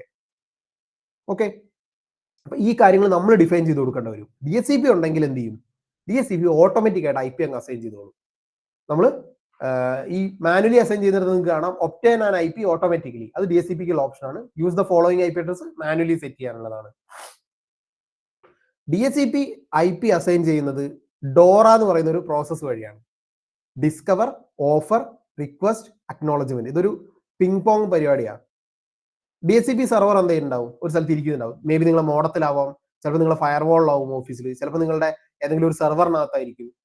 അപ്പൊ ഈ DHCP സെർവർ IP കൊടുക്കാൻ റെഡി ആയിട്ട് അവിടെ വെയിറ്റ് ചെയ്യുന്നുണ്ടാവും. ഇതിനകത്ത് ഈ DHCP സെർവറിനകത്ത് നമ്മൾ എന്ത് ചെയ്തിട്ടുണ്ടാവും, ഇത്ര റേഞ്ച് ഓഫ് IP കൊടുക്കണം, ഇന്ന IP ഈ ഓരോ സെറ്റ് ഓഫ് മിഷൻസിന് റിസർവ്ഡ് ആണ്, പിന്നെ ചില IP കൊടുക്കരുത്, ഇങ്ങനെ പറഞ്ഞ ഒരു കോൺഫിഗറേഷൻ നമ്മൾ ഇതിനകത്ത് ചെയ്തു വെച്ചിട്ടുണ്ടാവും. അപ്പോൾ ഫസ്റ്റ് തന്നെ നിങ്ങൾ ലാപ്പ് അവിടെ ഓൺ ആവുന്ന സമയത്ത് നെറ്റ്വർക്ക് ആക്റ്റീവ് ആവും. നെറ്റ്വർക്ക് ആക്റ്റീവ് ആയി മിഷൻ നിങ്ങൾ ലോഗിൻ ചെയ്യുന്ന സമയത്ത് നെറ്റ്വർക്ക് ആക്റ്റീവ് ആയി കഴിഞ്ഞാൽ DHCP ക്ലയന്റ് എന്ത് ചെയ്യും, നിങ്ങളെ മിഷനകത്ത് നിന്ന് ഇനിഷ്യേറ്റ് ആവും. ഇനിഷ്യേറ്റ് ആയി കഴിഞ്ഞാൽ DHCP ക്ലയന്റിന്റെ ആദ്യത്തെ പണി ഡിസ്കവർ ആണ്. എവിടെയെങ്കിലും DHCP സെർവർ ഉണ്ടോ എന്ന് ചെക്ക് ചെയ്യും. അതാണ് ഡിസ്കവർ. ഈ ഡിസ്കവറി പ്രോസസ് ഒരു പാക്കറ്റ് ഷെയറിംഗ് ആണ് ആക്ച്വലി. സോ ഈ ഡിസ്കവറി പ്രോസസ്സ് നടന്നു കഴിഞ്ഞാൽ IP ആവശ്യമുള്ള ഒരു സിസ്റ്റം ആ നെറ്റ്വർക്കിൽ ഉണ്ട് എന്ന് DHCP സെർവറിന് മനസ്സിലാവും. സോ DHCP സെർവർ എന്ത് ചെയ്യും, അതിന്റെ കയ്യിലുള്ള മൊത്തം റേഞ്ച് അങ്ങ് ഓഫർ ചെയ്യും വിത്ത് കണ്ടീഷൻസ്. റിസർവ്ഡ് IP ഉണ്ടെങ്കിൽ അത് ഇന്ന റേഞ്ച് വരെ ഉപയോഗിക്കും, ഇത്രയാണ് ഞാൻ ഓൾറെഡി കൊടുത്തിട്ടുള്ള IP, എങ്ങനെ പറഞ്ഞിട്ട് യൂസബിൾ ആയിട്ടുള്ള റേഞ്ച് എന്ത് ചെയ്യും, മിഷൻ ഓഫർ ചെയ്യും. അതാണ് ഓഫർ. ദെൻ മിഷൻ എന്ത് ചെയ്യും, ആ ഓഫർ ചെയ്ത റേഞ്ചിനകത്ത് നിന്ന് ഒരു IP സെലക്ട് ചെയ്യും, അത് വേണമെന്ന് റിക്വസ്റ്റ് ചെയ്യും. ഓക്കെ, അസൈൻഡ് ആണെന്ന് പറഞ്ഞിട്ട് DHCP എന്ത് ചെയ്യും, അതിന് റെസ്പോണ്ട് ചെയ്യും. എന്നിട്ട് ഈ അസൈൻഡ് IP ഈ മിഷന്റെ MAC അഡ്രസ് ഉണ്ട്, അതായത് നമ്മൾ ഇന്റർനെറ്റ് നെറ്റ്വർക്ക് ക്രിയേറ്റ് ചെയ്യാൻ ഉപയോഗിക്കുന്ന NIC പോർട്ട് ഉണ്ട്. സോ ആ NIC പോർട്ടിന്റെ അകത്ത് ഒരു ഫിസിക്കൽ അഡ്രസ് ഉണ്ട്, MAC അഡ്രസ് എന്ന് പറയും, media access control MAC address. ഈ MAC അഡ്രസ് വെച്ചിട്ട് എന്ത് ചെയ്യും, DHCP സെർവർ IP അതിന്റെ അലോക്കേറ്റഡ് ലിസ്റ്റിനകത്തേക്ക് ആഡ് ചെയ്യും. അതോടുകൂടി ആ പ്രോസസ്സ് ഫുള്ളായി. ഇതാണ് ഡോറ പ്രോസസ്സ്. ഇതുവഴി IP അഡ്രസ് എന്ത് ചെയ്യും, നെറ്റ്വർക്കിലേക്ക് അസൈൻ ആവും. ഓക്കെ, നെക്സ്റ്റ് ഒരു 2 ഡിവൈസസ് ആണ്, സ്വിച്ചും റൂട്ടറും. സ്വിച്ച് എന്ന് പറയുന്നത് ആക്ച്വലി ഇത്ര ആലോചിച്ചാൽ മതി, നമ്മൾ നെറ്റ്വർക്ക് ക്രിയേറ്റ് ചെയ്യാൻ വേണ്ടി ഉപയോഗിക്കുന്ന ഒരു ഡിവൈസ് ആണ് സ്വിച്ച്. അപ്പൊ നമുക്കൊരു 10 മിഷൻസ് നമ്മളെ കയ്യിലുണ്ടെങ്കിൽ 10 മിഷൻസ് ഉപയോഗിച്ചിട്ട് ഒരു നെറ്റ്വർക്ക് ബിൽഡ് ചെയ്യണമെങ്കിൽ ഒരു സ്വിച്ച് ആവശ്യമാണ്. നിങ്ങളിപ്പോ പിക്ചറിൽ കാണുന്നത് സിസ്കോ എന്ന് പറയുന്ന കമ്പനിയുടെ സ്വിച്ചും സിസ്കോ എന്ന് പറയുന്ന കമ്പനിയുടെ റൂട്ടറും ആണ്. ഇത് മാത്രമല്ല, മറ്റ് ജൂനിപ്പർ അങ്ങനത്തെ ഒരുപാട് കമ്പനികളുടെ റൂട്ടേഴ്സ് ഇന്ന് അവൈലബിൾ ആണ്, സ്വിച്ചും അവൈലബിൾ ആണ്, D-Link തുടങ്ങി ഒരുപാടെണ്ണം അവൈലബിൾ ആണ്. സിസ്കോ കുറച്ചുകൂടെ ഫേമസ് ആയതുകൊണ്ട് അതിവിടെ കാണിച്ചു എന്ന് മാത്രമേ ഉള്ളൂ, നമുക്ക് കണ്ടിരിക്കാൻ ചാൻസ് ഉള്ള ഒരു കമ്പനിയാണ്. അപ്പൊ നമ്മളുടെ ഈ സിസ്കോ സ്വിച്ചിനകത്ത് ഇതുപോലെ കുറെ പോർട്ടുകൾ, NIC പോർട്ട് എന്ത് ചെയ്തിട്ടുണ്ട്, ഈ പോർട്ടിനൊക്കെ NIC എന്ന് പറയാം. ഈ NIC പോർട്ട് ഇവിടെ ഇങ്ങനെ ഒരുപാട് എണ്ണം ഉണ്ടാവും. നമ്മളെ മെഷീനകത്ത് നിന്ന് എന്ത് ചെയ്യും, നമ്മളെ NIC പോർട്ടിനകത്തേക്ക് ഒരു കേബിൾ കണക്ട് ചെയ്യുന്നു, ആ കേബിളിന്റെ മറ്റേ എൻഡ് സ്വിച്ചിന്റെ ഈ പോർട്ടിലേക്ക് കണക്ട് ചെയ്ത് കഴിഞ്ഞാൽ അത് ഒരു നെറ്റ്വർക്കിനകത്ത് ഭാഗമായി. ബാക്കി ഒരുപാട് മെഷീൻസ് ഇതുപോലെ എന്ത് ചെയ്യുന്നത്, പിക്ചറിൽ കാണിച്ച പോലെ ഇതിൽ കണക്റ്റഡ് ആയിരിക്കും. ഒരു മെഷീനിന്ന് ഡാറ്റ മറ്റേ മെഷീനിലേക്ക് സെൻഡ് ചെയ്യുമ്പോൾ ആ ഡാറ്റ ആദ്യം സ്വിച്ചിലെത്തുന്നു, സ്വിച്ചിൽ നിന്ന് മറ്റേ മെഷീൻ ഏത് പോർട്ടിലാണുള്ളത് ആ പോർട്ട് വഴി ഇറങ്ങി ആ മെഷീനകത്തേക്ക് പോകുന്നു. ഇതാണ് സ്വിച്ചിന്റെ പ്രോസസ്സ്. റൗട്ടർ എന്ന് പറയുന്നത് നമ്മൾ പറഞ്ഞു, നമുക്ക് എന്ത് ചെയ്യാൻ പറ്റും, നെറ്റ്വർക്കുകളെ തമ്മിൽ കണക്ട് ചെയ്ത് ചെയ്യാൻ പറ്റും. അതായത് ഒരു റൂമിലുള്ള നെറ്റ്വർക്കും മറ്റേ റൂമിലുള്ള നെറ്റ്വർക്കും 2 നെറ്റ്വർക്ക് ഐഡിക്കകത്താണെങ്കിൽ അവ തമ്മിൽ കമ്മ്യൂണിക്കേറ്റ് ചെയ്യില്ല എന്ന് പറഞ്ഞു. ഈവൻ ഫിസിക്കൽ ഇതുണ്ടെങ്കിൽ കൂടെ ആ കമ്മ്യൂണിക്കേഷനും നമുക്ക് പോസിബിൾ ആക്കാൻ പറ്റും റൗട്ടർ വഴി. ഇനി അല്ല, രണ്ടും ഡിഫറെന്റ് ഫിസിക്കൽ നെറ്റ്വർക്കാണ്, ഡിഫറെന്റ് നെറ്റ്വർക്ക് IP നെറ്റ്വർക്ക് ആണെങ്കിൽ സ്റ്റിൽ നമുക്ക് എന്ത് ചെയ്യാം, ഈ റൗട്ടറിൽ വെച്ച് നമുക്ക് എന്ത് ചെയ്യാം, അതിനെ കമ്മ്യൂണിക്കേറ്റ് ചെയ്യിപ്പിക്കാൻ പറ്റും. ഇപ്പൊ ഈ സെൻഡർ PC-യും റിസീവർ PC-യും ഇടയിലൊരു റൂട്ടറും ഉണ്ടാവും. സെൻഡർ PC-ന്ന് ഒരു കണക്ഷൻ റൂട്ടറിലേക്ക് വരും, റിസീവർ PC-ന്ന് ഒരു കണക്ഷൻ റൂട്ടറിലേക്ക് വരും. മേ ബി റിസീവർ PC-ന്ന് വരുന്നത് ഇന്റർനെറ്റ് ത്രൂ ആവാം, അല്ലെങ്കിൽ നേരിട്ട് കേബിൾ വഴി കണക്ട് ചെയ്യുന്നതും ആവാം, രണ്ടും വരാം. ഇങ്ങനെ രണ്ടാണെങ്കിൽ എന്ത് ചെയ്യും, റൗട്ടറിനകത്ത് റൗട്ടിംഗ് ടേബിൾ എന്നുള്ളൊരു ടേബിൾ ഉണ്ട്. ഈ ടേബിളിനകത്ത് ഈ ഇൻഫർമേഷൻ നമ്മൾ എന്ത് ചെയ്യും, സെറ്റ് ചെയ്ത് കൊടുക്കും. ആ ഇൻഫർമേഷൻ വെച്ചിട്ട് എന്ത് ചെയ്യും, ഈ രണ്ട് സെൻട്രൽ പി സിയും റിസീവർ പി സിയും തമ്മിലുള്ള കമ്മ്യൂണിക്കേഷൻ റൗട്ടർ പോസിബിൾ ആക്കും. ജസ്റ്റ് നെറ്റ്വർക്കിന്റെ ഒരു ഭാഗമാണ് ഈ സാധനം, ജസ്റ്റ് ഓർത്ത് വയ്ക്കുക. റൗട്ടിംഗ് നടക്കുന്നത് ആക്ച്വലി രണ്ട് രീതിയിലാണ്, ആക്ച്വലി 3 രീതിയിലാണ്. സ്റ്റാറ്റിക് റൗട്ടിംഗ് ഉണ്ട്, ഡൈനാമിക് റൗട്ടിംഗ് ഉണ്ട്, ഡിഫോൾട്ട് റൗട്ടിംഗ് ഉണ്ട്. ദെൻ നമ്മൾ നേരത്തെ പറഞ്ഞ റൗട്ടിംഗ് ടേബിളും. ഇതേപോലെ ഒരു ടേബിൾ സ്വിച്ചിനകത്തുണ്ട്, അതിനെ സ്വിച്ചിങ് ടേബിൾ എന്ന് പറയും. സ്വിച്ചിനകത്തൊരു ടേബിൾ ഉണ്ട്, അത് മാക് അഡ്രസ് കാര്യങ്ങളൊക്കെയാണ് അതിനകത്ത് സ്റ്റോർ ചെയ്ത് വെക്കുക. ആ സ്വിച്ചിനകത്ത് കണക്ട് ചെയ്യുന്ന ഓരോ മെഷീന്റെയും മാക് അഡ്രസ് എന്ത് ചെയ്യും, ഇന്ന പോർട്ടിനകത്ത് ഇന്ന മാക് അഡ്രസ് ഉള്ള മെഷീൻ കണക്ട് ചെയ്തിട്ടെന്ന് പറഞ്ഞിട്ട് ആ ഒരു ലിസ്റ്റ് ഫോം ചെയ്യും. അത് സ്വിച്ചിന്റെ പർപ്പസിന് വേണ്ടിയിട്ട് ഉപയോഗിക്കുന്നതാണ്. അതേപോലെ റൗട്ടറിനകത്ത് എന്ത് ചെയ്യും, ഞാൻ പറഞ്ഞു സെൻട്രൽ പി സിയും റിസീവർ നെറ്റ്വർക്കും സെൻട്രൽ നെറ്റ്വർക്കും എന്ത് ചെയ്യും, റൗട്ടറായിട്ട് കണക്റ്റഡ് ആയിരിക്കും. സോ സെൻറ്ററിന്റെ ഐ ഡി എന്താണെന്നും നെറ്റ്വർക്ക് ഐ ഡി എന്താണെന്നും റിസീവറിന്റെ നെറ്റ്വർക്ക് ഐ ഡി എന്താണെന്നും ഇതിന്റെ ഡിഫോൾട്ട് ഗേറ്റ്വേസ് എന്താണെന്നും റൗട്ടർ ടേബിളിനകത്ത് അപ്ഡേറ്റ് ചെയ്ത് വെക്കും. സ്റ്റാറ്റിക് റൗട്ടിംഗ് എന്ന് പറഞ്ഞു കഴിഞ്ഞാൽ ഈ റൗട്ടിംഗ് ടേബിൾ നമ്മൾ മാനുവലി അപ്ഡേറ്റ് ചെയ്ത് കൊടുക്കണം. കമാൻഡൊക്കെ അടിച്ച് നമ്മൾ എന്ത് ചെയ്യണം, ആഡ് ചെയ്ത് കൊടുക്കണം. ഇന്ന നെറ്റ്വർക്ക് ഈ ഗേറ്റ് വേ വഴി പോകണം, ഇന്ന നെറ്റ്വർക്ക് ഈ ഗേറ്റ് വേ വഴി പോകണം എന്ന് പറഞ്ഞ് നമ്മൾ ഡിഫൈൻ ചെയ്ത് കൊടുക്കണം. ഡൈനാമിക് റൂട്ടിംഗ് എന്ന് പറയുമ്പോൾ ഇത് ഓട്ടോമാറ്റിക് ആയിട്ട് അപ്ഡേറ്റ് ചെയ്തെടുത്തോളൂ. സോ സ്റ്റാറ്റിക് റൗട്ടിങ്ങിന് പ്രത്യേകിച്ച് ബ്രാഞ്ചോ കാര്യങ്ങളോ ഒന്നുമില്ല. ഡൈനാമിക് റൂട്ടിങ്ങിന് പക്ഷേ 2 ബ്രാഞ്ച് ഉണ്ട്, IGP-യും EGP-യും. ഇന്റീരിയർ ഗേറ്റ് വേ പ്രോട്ടോകോളും എക്സ്റ്റീരിയർ ഗേറ്റ് വേ പ്രോട്ടോകോൾ എന്ന് പറഞ്ഞിട്ട് 2 ഡിവിഷൻ ഉണ്ട്. ഇന്റീരിയർ ഗേറ്റ് വേ പ്രോട്ടോകോളിന്റെ അണ്ടറിൽ routing information protocol, enhanced interior gateway routing protocol, OSPF open shortest path first, then ISIS. ഇത് ആക്ച്വലി ഞാനും പുതിയതാണ്, എനിക്കും പിടിയില്ല അത്. കാരണം ഞാൻ പറഞ്ഞല്ലോ ഒരുപാട് നെറ്റ്വർക്കിൽ ഡീപ്പായിട്ട് ചെയ്തിട്ടില്ല. സോ ദെൻ EGRP-ക്കകത്ത് വരുന്നതാണ് ബോർഡർ ഗേറ്റ് വേ പ്രോട്ടോകോൾ, BGP. ഇങ്ങനെയാണ് റൗട്ടിങ്ങിന്റെ കേസ് വരുന്നത്. ഇപ്പൊ ഇതൊക്കെ ഡൈനാമിക് റൗട്ടിങ്ങിന് വേണ്ടി ഉപയോഗിക്കുന്നതാണ്. നെക്സ്റ്റ് വരുന്നതാണ് എന്ത്, ഡിഫാൾട്ട് റൗട്ടിങ്. ഡിഫാൾട്ട് റൗട്ടിംഗ് എന്ന് പറഞ്ഞാൽ നമ്മൾ ഏകദേശം കണക്ക് വെച്ചങ്ങ് ചെയ്യുന്നതാണ്. ഈ ഭാഗത്ത് നിന്ന് എന്ത് കണക്ഷൻ വന്നാലും ഈ നെറ്റ്വർക്ക് വഴി പൊക്കോണം എന്ന് പറഞ്ഞിട്ട് നമ്മൾ അങ്ങ് അടിച്ചു കൊടുക്കും. അപ്പൊ നമ്മൾ യൂഷ്വലി അവിടെ എന്താ ചെയ്യുക തന്നെ, 000/0 ഇട്ടിട്ട് ഗേറ്റ് വേ അഡ്രസ്സും കൊടുക്കും. അപ്പൊ എന്ത് വന്നാലും ഈ ഗേറ്റ് വഴി കയറി പൊക്കോ എന്ന് പറയുന്നതാണ് ഡിഫാൾട്ട് റൗട്ടിങ്. അവിടെ പ്രത്യേകിച്ച് അങ്ങനെ ഒരു ചേഞ്ച് സെലക്ഷനോ കാര്യങ്ങളോ ഒന്നും വരുന്നില്ല, കയറി പൊക്കോളാൻ വേണ്ടി പറയും. എനിക്ക് തോന്നുന്നു CCNA-കാരൊക്കെ ഇതിലുണ്ടെങ്കിൽ മേ ബി അവർക്ക് കുറച്ചുകൂടെ ഇൻഫർമേഷൻ തരാൻ പറ്റും. എന്തെങ്കിലും ഡൗട്ട് ഉണ്ടോ?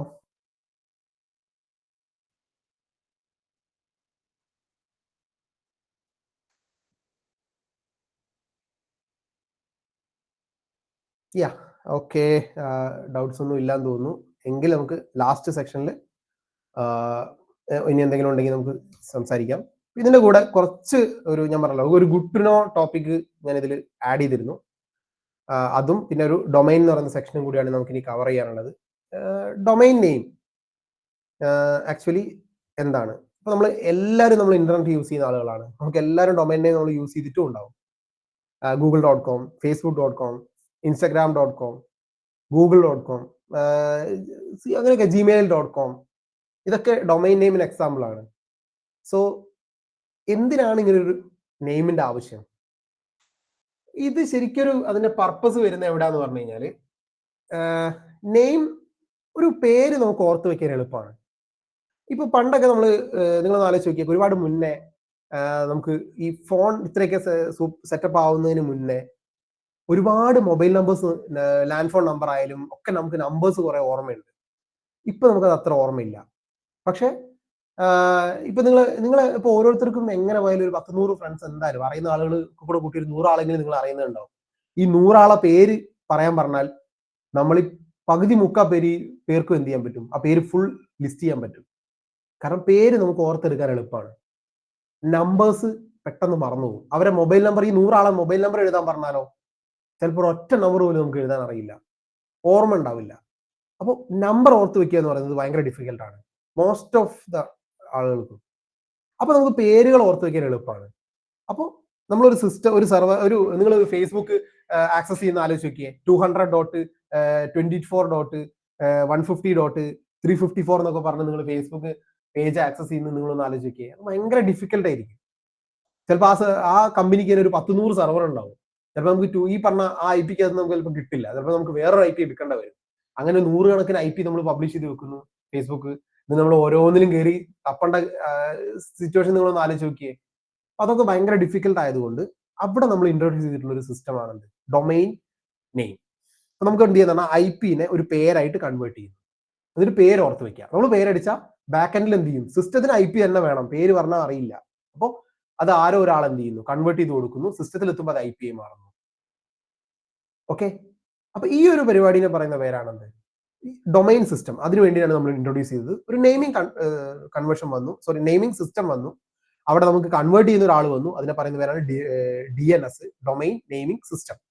ഇയാളാണ് എന്ത് ചെയ്യുന്നത്? IP ടു നെയിമും നെയിം ടു IPയും കൺവേർട്ട് ചെയ്ത് കൊടുക്കുന്നത്. കാരണം നമ്മൾ ചോദിക്കുമ്പോൾ നമ്മൾ പേര് വെച്ച് ചോദിക്കുന്നു, സിസ്റ്റത്തിന് IP ആയിട്ട് കൊടുക്കുന്നു. സിസ്റ്റം തിരിച്ച് റെസ്പോണ്ട് ചെയ്യുമ്പോൾ ആ IP നിന്ന് വീണ്ടും നെയിമിലേക്ക് കൺവേർട്ട് ചെയ്യുന്നു, നമുക്ക് തരണം. സോ ഈ ഒരു പ്രോസസ്സ് ഹാൻഡിൽ ചെയ്യുന്ന ആളാണ് DNS. സോ DNS എന്ത് ചെയ്യുന്നു? Name to IP to name conversion ചെയ്യുന്നു. ഓക്കെ, അപ്പോൾ ബേസിക്കലി ഒരു ഡൊമൈനിന്റെ സ്ട്രക്ചർ ഇതാണ്, ഒരു URLന്റെ സ്ട്രക്ചർ ഇതാണ് നമ്മൾ ഉപയോഗിക്കുന്നത്. ആദ്യം ഒരു HTTPS എന്നോ അല്ലെ HTTPO ഉണ്ടാവും, അത് പ്രോട്ടോകോൾ ആണ്. ദെൻ ഒരു സബ് ഡൊമൈൻ ഉണ്ടാവും, ഒരു സെക്കൻഡ് ലെവൽ ഡൊമൈൻ ഉണ്ടാവും, ഒരു ടോപ്പ് ലെവൽ ഡൊമൈൻ ഉണ്ടാവും, ഒരു വെബ്സൈറ്റിന്റെ പേരുണ്ടാവും, മേ ബി കണ്ടന്റോ സബ് ഡയറക്ടറി ഉണ്ടാവും, എന്തെങ്കിലും ഒരു പാത്ത് ഉണ്ടാവും. ഇതിൽ ഇങ്ങനെ കുറെ ടേംസ് വരുന്നുണ്ട്. സബ് ഡൊമൈൻ എന്ന് പറയുമ്പോൾ ഓക്കെ, സബ് ഡൊമൈൻ അവിടെ നിൽക്കട്ടെ. സെക്കൻഡ് ലെവൽ ഡൊമൈൻ എന്ന് പറയുമ്പോൾ ഇപ്പോൾ gmail.com എന്ന് പറയുന്നതിൽ ജിമെയിൽ എന്ന് പറയുന്നതാണ് സെക്കൻഡ് ലെവൽ ഡൊമൈൻ. google.comൽ ഗൂഗിൾ ആണ് സെക്കൻഡ് ലെവൽ ഡൊമൈൻ. facebook.comൽ ഫേസ്ബുക്ക് ആണ് second level domain. Top level domain എന്ന് പറയുമ്പോൾ അതിന്റെ last extension .com, .net, .org, .edu, ഇതിനെ നമ്മൾ ടോപ്പ് ലെവൽ ഡൊമൈൻ എന്ന് പറയും. നമ്മളെ മെയിൻ പേരിനെ സെക്കൻഡ് ലെവൽ ഡൊമൈൻ എന്ന് പറയും. അപ്പൊ ഫേസ്ബുക്കിനകത്ത് നിങ്ങൾ ഒന്ന് ആലോചിച്ച് നോക്കിയേ, ഇപ്പോൾ എന്താ പറയാ, വീഡിയോ കാണാൻ വേണ്ടിയിട്ട് ഒരു സ്പെസിഫിക് പേജാണ് നമുക്ക് പോകുന്നത്. ഇപ്പം ഗൂഗിൾ, ഇപ്പൊ നമ്മൾ മീറ്റിംഗ് അറ്റൻഡ് ചെയ്യുന്ന ഗൂഗിളിനകത്ത് തന്നെ meet.google.com എന്നാണ് ആ URLന്റെ ടോട്ടൽ നെയിം വരുന്നത്. ഇതിനകത്ത് .com എന്ന് പറയുന്നത് ടോപ്പ് ലെവൽ ഡൊമൈനും, ഗൂഗിൾ എന്ന് പറയുന്നത് സെക്കൻഡ് ലെവൽ ഡൊമൈനും, മീറ്റ് എന്ന് പറയുന്നത് സബ് ഡൊമൈനുമാണ്. ജസ്റ്റ് ഇത്ര ആലോചിച്ച് വെക്കുക. അതിൽ കൂടുതലൊന്നുമില്ല, പേര് പറയുന്ന അത്ര തന്നെയുള്ളൂ അതിന്റെ കാര്യങ്ങളും. പിന്നെ ടോപ്പ് ലെവൽ ഡൊമൈന് വീണ്ടും കുറെ ക്ലാസിഫിക്കേഷൻ ഉണ്ട്. Generic top level domain, country code top level domain, sponsored and specialised domain. അപ്പോൾ ഈ ജനറിക് ടോപ്പ് ലെവൽ ഡൊമൈൻ എന്ന് പറയുന്നത് .com, .net, .org, .info അങ്ങനെ കുറെ കാറ്റഗറി. കൺട്രി കോഡ് എന്ന് പറയുമ്പോൾ .in, .uk, .cn China, UK എന്ന് പറയുമ്പോൾ UK ആണ്, ഇന്ത്യ ആണ്. ഓക്കെ, അങ്ങനെ ഒരു ഡിവിഷൻ. പിന്നെ സ്പോൺസേർഡ് എന്ന് പറയുമ്പോൾ EDU, ഷോപ്പ്, .tech, .gov, ഇതൊക്കെ ഒരു സ്പെസിഫിക്കലി അല്ലെങ്കിൽ എന്തെങ്കിലും ഒരു സ്പോൺസേർഡ് രീതിയിൽ വർക്ക് ചെയ്യുന്നതാണ്. അപ്പൊ അങ്ങനെ ഒരു ടോപ്പ് ലെവൽ ഡൊമൈനെ വീണ്ടും സബ് ഡിവൈഡ് ചെയ്തിട്ടുണ്ട്. ഇതൊക്കെ നമുക്ക് എവിടെയെങ്കിലും ഒരു സ്ഥലത്ത് നിങ്ങൾക്ക് അത് ഉപകാരപ്പെടും. ആ ഒരു ഇതിൽ ആഡ് ചെയ്തിട്ടുള്ള ടോപ്പിക്കാണ്. നെറ്റ്വർക്ക് ആക്ച്വലി നമ്മൾ കഴിഞ്ഞു, IP ആൻഡ് നെറ്റ്വർക്ക് ലെവൽ അവിടെ കഴിഞ്ഞു. അതിൽ കൂടുതൽ നമ്മൾ ഡിസ്കസ് ചെയ്ത് കഴിഞ്ഞാൽ അതുകൊണ്ട് ഒരു ഗുണം ഇല്ലാതായിപ്പോ. ഇനിയും നമുക്ക് കാര്യങ്ങൾ വേണമെന്നുണ്ടെങ്കിൽ നമുക്ക് ബാക്കി ഫർദർ വരുന്ന ടോപ്പിക്കുകൾ നമുക്ക് വീണ്ടും ഒരു ദിവസം സെലക്ട് ചെയ്യാം. എനിക്ക് തോന്നുന്നൊരു 10 മിനിറ്റ് എനിക്ക് ബാക്കി ഡിസ്കസ് ചെയ്യാനുള്ള ടൈം കിട്ടുമെന്ന് തോന്നുന്നു. അതിൽ നമുക്ക് കാര്യങ്ങൾ നമുക്കൊന്ന് ഡിസ്കസ് ചെയ്യാം.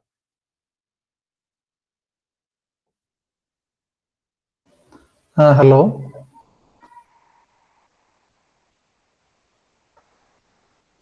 ഹലോ. യെസ്, കേൾക്കാം. ഹരി, ജിജോയാണ്. യെസ്. നമുക്ക് ഈ ഒരു മീറ്റിങ്ങും 9:50 എൻഡ് ആവും. കാരണം ഈ ഒരു 1 hour ലിമിറ്റ് ഇപ്പൊ എൻഫോഴ്സ് ചെയ്യുന്നുണ്ട്. അത് ചാറ്റിൽ പറഞ്ഞു, നമുക്ക് അറിയില്ലായിരുന്നു എന്തൊരു എൻഫോഴ്സ്മെന്റ് വന്നിട്ടുണ്ടെന്ന്. നേരത്തെ ഇങ്ങനെ പറയുമായിരുന്നെങ്കിലും അതങ്ങനെ ഉണ്ടാവില്ലായിരുന്നു, ഒരു വാർണിംഗ് പോലെയായിരുന്നു കാണിച്ചിരുന്നത്. അപ്പൊ നമുക്ക് കൃത്യം 9:50 വരെ സമയമുള്ളൂ. എനിക്ക് നമ്മുടെ സെഷൻ ആണെങ്കിലും 1.5 മണിക്കൂർ ആയിട്ടുണ്ട് ഇപ്പോൾ. സോ ഒരു റിക്വസ്റ്റ് ഉണ്ടോന്ന് ഒരു 5 minutes വൈൻഡ് അപ്പ് ചെയ്യാൻ പറ്റുവാണെങ്കിൽ അതിനുശേഷം നമുക്ക് എന്തെങ്കിലും Q&A ഉണ്ടെങ്കിൽ അത് എടുക്കാൻ പറ്റുമായിരുന്നു. അത്രയ്ക്കേ ഉള്ളൂ. ഇനി കുറച്ച് കാര്യങ്ങളേ പറയാം. ഒരു ഗുഡ് ടു നോ ബേസിസിൽ സെറ്റ് ചെയ്തിട്ടുള്ളതാണ്. പെട്ടെന്ന് പറഞ്ഞു പോകുന്ന കാര്യങ്ങളേ ഉള്ളൂ. അതിൽ കൂടുതൽ ഡൗട്ട് ഉണ്ടെങ്കിൽ നമുക്ക് ആ ഒരു സെഷൻ വേണമെങ്കിൽ സ്പെസിഫിക് ആയിട്ട് വേറെ എപ്പോഴെങ്കിലും നമുക്ക് പറ്റുമെങ്കിൽ ഒന്ന് അറേഞ്ച് ചെയ്യാവുന്നതേ ഉള്ളൂ. തീർച്ചയായിട്ടും. ഓക്കെ, അപ്പൊ ദെൻ ഞാൻ കണ്ടിന്യൂ ചെയ്യാണ്. സോ ഇവിടെ DNS ആണ് name to IP to name convert ചെയ്യുന്നതെന്ന് പറഞ്ഞു. അപ്പൊ അവിടെ DNS പ്രോസസ്സിൽ എന്ത് ചെയ്യും? റിക്വസ്റ്റ് വരുന്ന സമയത്ത് ഒരു ഡൊമൈൻ google.com എന്ന് പറയുമ്പോൾ DNSൽ പോയി ഹിറ്റ് ചെയ്യുന്നു. ആ DNS എന്ത് ചെയ്യും? നേരെ ഇതിനെ IP ആയിട്ട് കൺവേർട്ട് ചെയ്യുന്നു. നെയിം ടു IP കൺവേർട്ട് ചെയ്യുന്ന DNSന്റെ ഭാഗമാണ് forward lookup zone. IP to name convert ചെയ്യുന്ന DNSന്റെ ഭാഗമാണ് റിവേഴ്സ് ലുക്കപ്പ് സോൺ. ജസ്റ്റ് ഓർത്ത് വയ്ക്കുക, അത്രേ ഉള്ളൂ. അതിൽ. പിന്നെ ഈ DNSനകത്ത് ഇത് കൺവേർഷൻ നടക്കുന്നത് എന്തുകൊണ്ടാന്ന് പറഞ്ഞു കഴിഞ്ഞാൽ നമ്മൾ ആദ്യമേ ഇത് ഡിഫൈൻ ചെയ്ത് കൊടുക്കണം. ഇന്ന ഡൊമൈന് ഈ IP അഡ്രസ് ആണ് ഇതിന്റെ ഇക്വലന്റ് ആയിട്ടുള്ള IP എന്ന് പറഞ്ഞാൽ നമ്മൾ ഓൾറെഡി DNSനകത്ത് റെക്കോർഡ് ആഡ് ചെയ്ത് കൊടുക്കും. ഈ റെക്കോർഡ് ആഡ് ചെയ്യാൻ വേണ്ടിയിട്ട് കുറെ റെക്കോർഡ് ടൈപ്സ് ഉണ്ട്. എ റെക്കോർഡ് എന്ന് പറഞ്ഞാൽ IPv4 അഡ്രസ്സിനാണ്. 4A റെക്കോർഡ് എന്ന് പറയുന്നത് IPv6നാണ്. CNAME എന്ന് പറയുമ്പോൾ നമ്മൾ ഏലിയാസ് സെറ്റ് ചെയ്യുന്നതാണ്. ഇപ്പം google.com വേണമെങ്കിൽ നമുക്ക് എന്ത് ചെയ്യാം, ABC കൊണ്ട് സെറ്റ് ചെയ്യാൻ പറ്റും. അങ്ങനെ ഒരു ഏലിയാസ് സെറ്റ് ചെയ്യുന്നതാണ് CNAME. MX റെക്കോർഡ് എന്ന് പറയുമ്പോൾ മെയിൽ സെർവർ ഏതാണെന്ന് പറഞ്ഞു കൊടുക്കാൻ വേണ്ടി ഉപയോഗിക്കുന്നതാണ്. NS എന്ന് പറയുന്നത് വേറൊരു DNS സെർവറിനെ കാണിച്ചു കൊടുക്കാനാണ്. PTR എന്ന് പറഞ്ഞ പോയിന്റർ റെക്കോർഡാണ്. തിരിച്ച് റിവേഴ്സ് കൺവേർഷന് വേണ്ടി ഉപയോഗിക്കുന്ന റിവേഴ്സ് ലുക്കപ്പ് സോണിനകത്ത് വരുന്ന റെക്കോർഡുകളാണ് pointer. Then start of authority, service location record, TXT record, അങ്ങനെ പല TXT റെക്കോർഡ് നമുക്ക് വെരിഫിക്കേഷൻ ഒക്കെ ഉപയോഗിക്കുന്നതാണ്. സോ അതിന്റെ ഡീറ്റെയിൽസിലേക്ക് ഇപ്പോൾ പോകുന്നില്ല. അങ്ങനെ പല റെക്കോർഡുകൾ നമുക്ക് ഇതിൽ ആഡ് ചെയ്യാം. ഇങ്ങനെ നമ്മൾ പ്രീ ഡിഫൈൻഡ് ആയിട്ട് ആ ഒരു സർവീസിനെ കോൺഫിഗർ ചെയ്ത് വെച്ച് കഴിഞ്ഞാൽ ആ സർവീസ് എന്ത് ചെയ്തോളും, ഈ കൺവേർഷൻ വളരെ സ്മൂത്ത് ആയിട്ട് നടക്കും.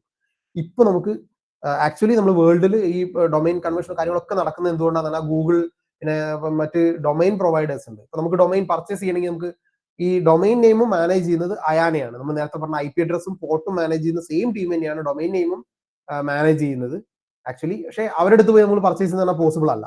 അപ്പോൾ നമ്മൾ എന്ത് ചെയ്യും, ഡൊമൈൻ വിൽക്കുന്ന കുറെ കമ്പനികളുണ്ട്. ഗോഡാഡി, ഹോസ്റ്റിംഗർ, ഹോസ്റ്റ് ഗേറ്റർ ഒക്കെ പോലുള്ള കുറെ ഡൊമൈൻ പ്രൊവൈഡേഴ്സ് ഉണ്ട്. അവരെടുത്ത് പോയിട്ട് നമുക്ക് പർച്ചേസ് ചെയ്യാം. ഡൊമൈനും ഗ്ലോബലി യൂണീക്ക് ആണ്. നിങ്ങളൊരു ഡൊമൈൻ പർച്ചേസ് ചെയ്താൽ അത് നിങ്ങൾക്ക് മാത്രം ഉള്ളതായിരിക്കും, മറ്റൊരാൾക്കും ഇത് യൂസ് ചെയ്യാൻ പറ്റില്ല. google.com എന്ന് പറയുന്നത് ഇനിയൊരു സൈറ്റ് നമുക്ക് വേറെ എനിക്ക് ഹോസ്റ്റ് ചെയ്യാൻ പറ്റില്ല. കാരണം അത് ഓൾറെഡി ഗൂഗിൾ പർച്ചേസ് ചെയ്തു, അതിന്റെ പ്രൊപ്പറേറ്ററി സാധനം, അതിന്റെ ഓൺ സാധനമാണ്. സോ നമ്മൾ അത് നമുക്ക് ഇനി കിട്ടില്ല. അപ്പൊ ഇങ്ങനെ ഒരു കേസാണ് DNS ഡൊമൈൻ നെയിം വരുന്നത്. ഇതിനെ ഒരു എക്സാമ്പിൾ ആണ് നമ്മൾ പറഞ്ഞിരിക്കുന്നത്. DNS നിങ്ങളൊരു യൂസർ ക്വറി ചെയ്യുന്ന സമയത്ത് example.com എന്ന് വിളിക്കുന്നു. അപ്പൊ നേരെ example.com എന്ത് ചെയ്യും, നിങ്ങളുടെ ഫസ്റ്റ് ലെവൽ DNS സെർവറിനകത്ത് വന്ന് കയറും. അതുപോലെ ചിലപ്പം മോഡോ ആവാം, ചിലപ്പോൾ നിങ്ങൾ ISP-ക്കകത്തുള്ള നിങ്ങളൊരു ഇപ്പൊ ഇന്റർനെറ്റ് ഇപ്പം ജിയോ ആണ് യൂസ് ചെയ്യുന്നത്, ജിയോക്കകത്തുള്ള മേ ബി ഒരു റിക്കർസീവ് DNS റിസോൾവർ ആവാം, അത് എവിടെയും വരാം. ഈ റിസോൾവർ എന്ത് ചെയ്യുന്ന ഇതിന് നേരെ പിടിച്ച ആദ്യത്തെ ടോപ്പ് ലെവൽ ഡൊമൈൻ .com ഒക്കെ വരുന്ന ആ സെക്ഷൻ ഹാൻഡിൽ ചെയ്യുന്ന ടോപ്പ് ലെവൽ റൂട്ട് DNS സെർവറിനകത്തേക്ക് ഇതിനെ ഫോർവേഡ് ചെയ്യും. ഈ റൂട്ട് DNS സെർവറിനകത്താണ് ടോപ്പ് ലെവൽ ഡൊമൈൻ്റെ ഇൻഫർമേഷൻസ് ഉണ്ടാവുക. നേരെ എന്ത് ചെയ്യും, അത് ടോപ്പ് ലെവൽ ഡൊമൈൻ നെയിം ഇന്നതാണെന്ന് റിക്കർസീവ് DNS സെർവറിലേക്ക് വീണ്ടും റെസ്പോണ്ട് ചെയ്യും. അഗെയിൻ റെസ്പോൺസ് എന്ത് ചെയ്യും, ഈ TLD നെയിം സെർവറിനകത്തേക്ക് റിക്വസ്റ്റ് പോവും. അവിടുന്ന് ഓതറിറ്റേറ്റീവ് നെയിം സെർവറിന്റെ ഡീറ്റെയിൽസ് റെസ്പോൺസ് ആയിട്ട് റിക്കർസീവിലേക്ക് തിരിച്ചു വരും നെയിം സെർവറിനകത്തുനിന്ന്. അവിടുന്ന് അത് വീണ്ടും ഓതറിറ്റേറ്റീവ് DNS സെർവറുമായിട്ട് കൊറി ചെയ്തിട്ട് IP എന്താണെന്ന് കണ്ടുപിടിക്കും. ആ IP നമ്മളെ മിഷനകത്തേക്ക് പാസ് ചെയ്യുന്നു. ഇതാണ് ഒരു normal DNS resolution work flow. ഇങ്ങനെയാണ് നടക്കുന്നത്. ഓക്കെ, ഈ ഒരു സെക്ഷനകത്ത് നിങ്ങൾക്ക് എന്തെങ്കിലും ഡൗട്ട് ഉണ്ടെങ്കിൽ നമുക്ക് ഇത് ലാസ്റ്റ് ക്ലിയർ ചെയ്യാന്ന് വിചാരിക്കുന്നു. ജസ്റ്റ് ഒന്ന് ഓടിച്ചു പോവാം. പ്രോട്ടോകോൾ ഉണ്ട്, നമ്മൾ നേരത്തെ പറഞ്ഞു. പ്രോട്ടോകോൾ 2 ടൈപ്പാണ്, TCP, UDP. ഒരു വലിയ സ്യൂട്ടാണ്. അതിനകത്ത് ഒരുപാട് പ്രോട്ടോകോൾസ് ഉണ്ട്. ഒരുപാട് കാര്യങ്ങൾ ചെയ്ത് ഓരോ സർവീസിനും ഓരോ നമ്പർ ഡിഫൈൻഡ് ആണ്. ഇപ്പോൾ HTTP ആണെങ്കിൽ 80, ടെൽനെറ്റ് ആണെങ്കിൽ I think 21, then BGP, FTP, ICMP, UDP. ഇതൊക്കെ UDPയും TCPയും മെയിൻ 2 സ്യൂട്ടുകളാണ്. ഇതിനകത്ത് ഒരുപാട് പോർട്ടുകൾ ഡിഫൈൻ. DNSന് 53 ആണ്, TCP ആണെങ്കിൽ UDP ആണെങ്കിൽ. ഇങ്ങനെ നമ്പർ ഒരുപാട് ഡിഫൈൻഡ് ആണ്. ഇത് അതിന്റെ ഒരു കോമൺലി നമ്മൾ യൂസ് ചെയ്യുന്ന കുറെ പോർട്ടുകൾ ജസ്റ്റ് ലിസ്റ്റ് ചെയ്തിട്ടുള്ളതാണ്. താഴെ നിങ്ങൾക്ക് അതിന്റെ URL കാണാം. അതാണ് അയാന പോർട്ട് ഹാൻഡിൽ ചെയ്യുമ്പോൾ അവർ പ്രീ ഡിഫൈൻഡ് ആയിട്ട് സെറ്റ് ചെയ്ത് വെച്ചിരിക്കുന്ന പോർട്ടുകൾ. ദെൻ നെറ്റ്വർക്ക് സെക്യൂരിറ്റിക്കകത്ത് കുറെ കാര്യങ്ങളാണ്. ഇപ്പം നമുക്ക് ഫയർവാള് അങ്ങനെയുള്ള കാര്യങ്ങൾ. ഇത് നമുക്ക് ഇനി ഡിസ്കസ് ചെയ്യാൻ സമയം കിട്ടുമെന്ന് തോന്നുന്നില്ല. സ്റ്റിൽ നമുക്ക് സ്കിപ്പ് ചെയ്യാം, പിന്നെ ഒരു ദിവസം നോക്കാം. VPN, ഇത് നിങ്ങൾ അറിഞ്ഞു വെക്കുന്നത് നന്നായിരിക്കും തോന്നുന്നു. കാരണം VPN എന്ന് പറയുമ്പോൾ നമ്മൾ പറഞ്ഞു എന്താണ്, പബ്ലിക്കലി നിങ്ങൾക്ക് കണക്ട് ചെയ്യാൻ പറ്റൂ പറഞ്ഞു. നിങ്ങൾക്ക് പ്രൈവറ്റ് ആയിട്ടും കണക്ട് ചെയ്യാം. പ്രൈവറ്റ് കണക്ട് ചെയ്യുമ്പോൾ നിങ്ങളെ ലോക്കൽ മെഷീനകത്ത് മാത്രമേ കണക്ട് ചെയ്യാൻ പറ്റൂ. Through the internet connection possible അല്ല. പബ്ലിക്കലി നിങ്ങൾ കണക്ട് ചെയ്യുമ്പോൾ എന്താണ്, നിങ്ങൾക്ക് എവിടുന്ന് എവിടേക്ക് വേണമെങ്കിലും കണക്ട് ചെയ്യാം. അതിനൊരു ഡ്രോബാക്ക് ഉണ്ട്.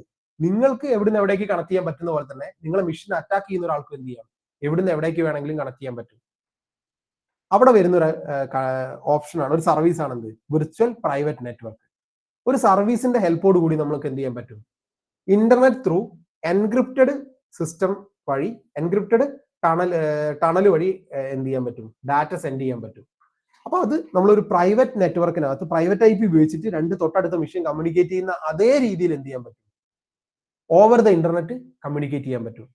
ഈ ഒരു കൺസെപ്റ്റ് വരുന്ന സർവീസാണ് VPN. Then SSL TLS. ഇപ്പൊ നമ്മൾ google.com ഒക്കെ എടുക്കുന്ന സമയത്ത് നിങ്ങൾക്ക് അത് സൈഡിൽ നോക്കിയാൽ കാണാം, അത് HTTPS പ്രൊട്ടക്റ്റഡ് എന്നൊക്കെ പറഞ്ഞിട്ട് ലോക്കിന്റെ ചിഹ്നമൊക്കെ വരും. ഇത് ആക്ച്വലി SSL സർട്ടിഫിക്കറ്റ് ഉള്ളത് കൊണ്ടാണ്.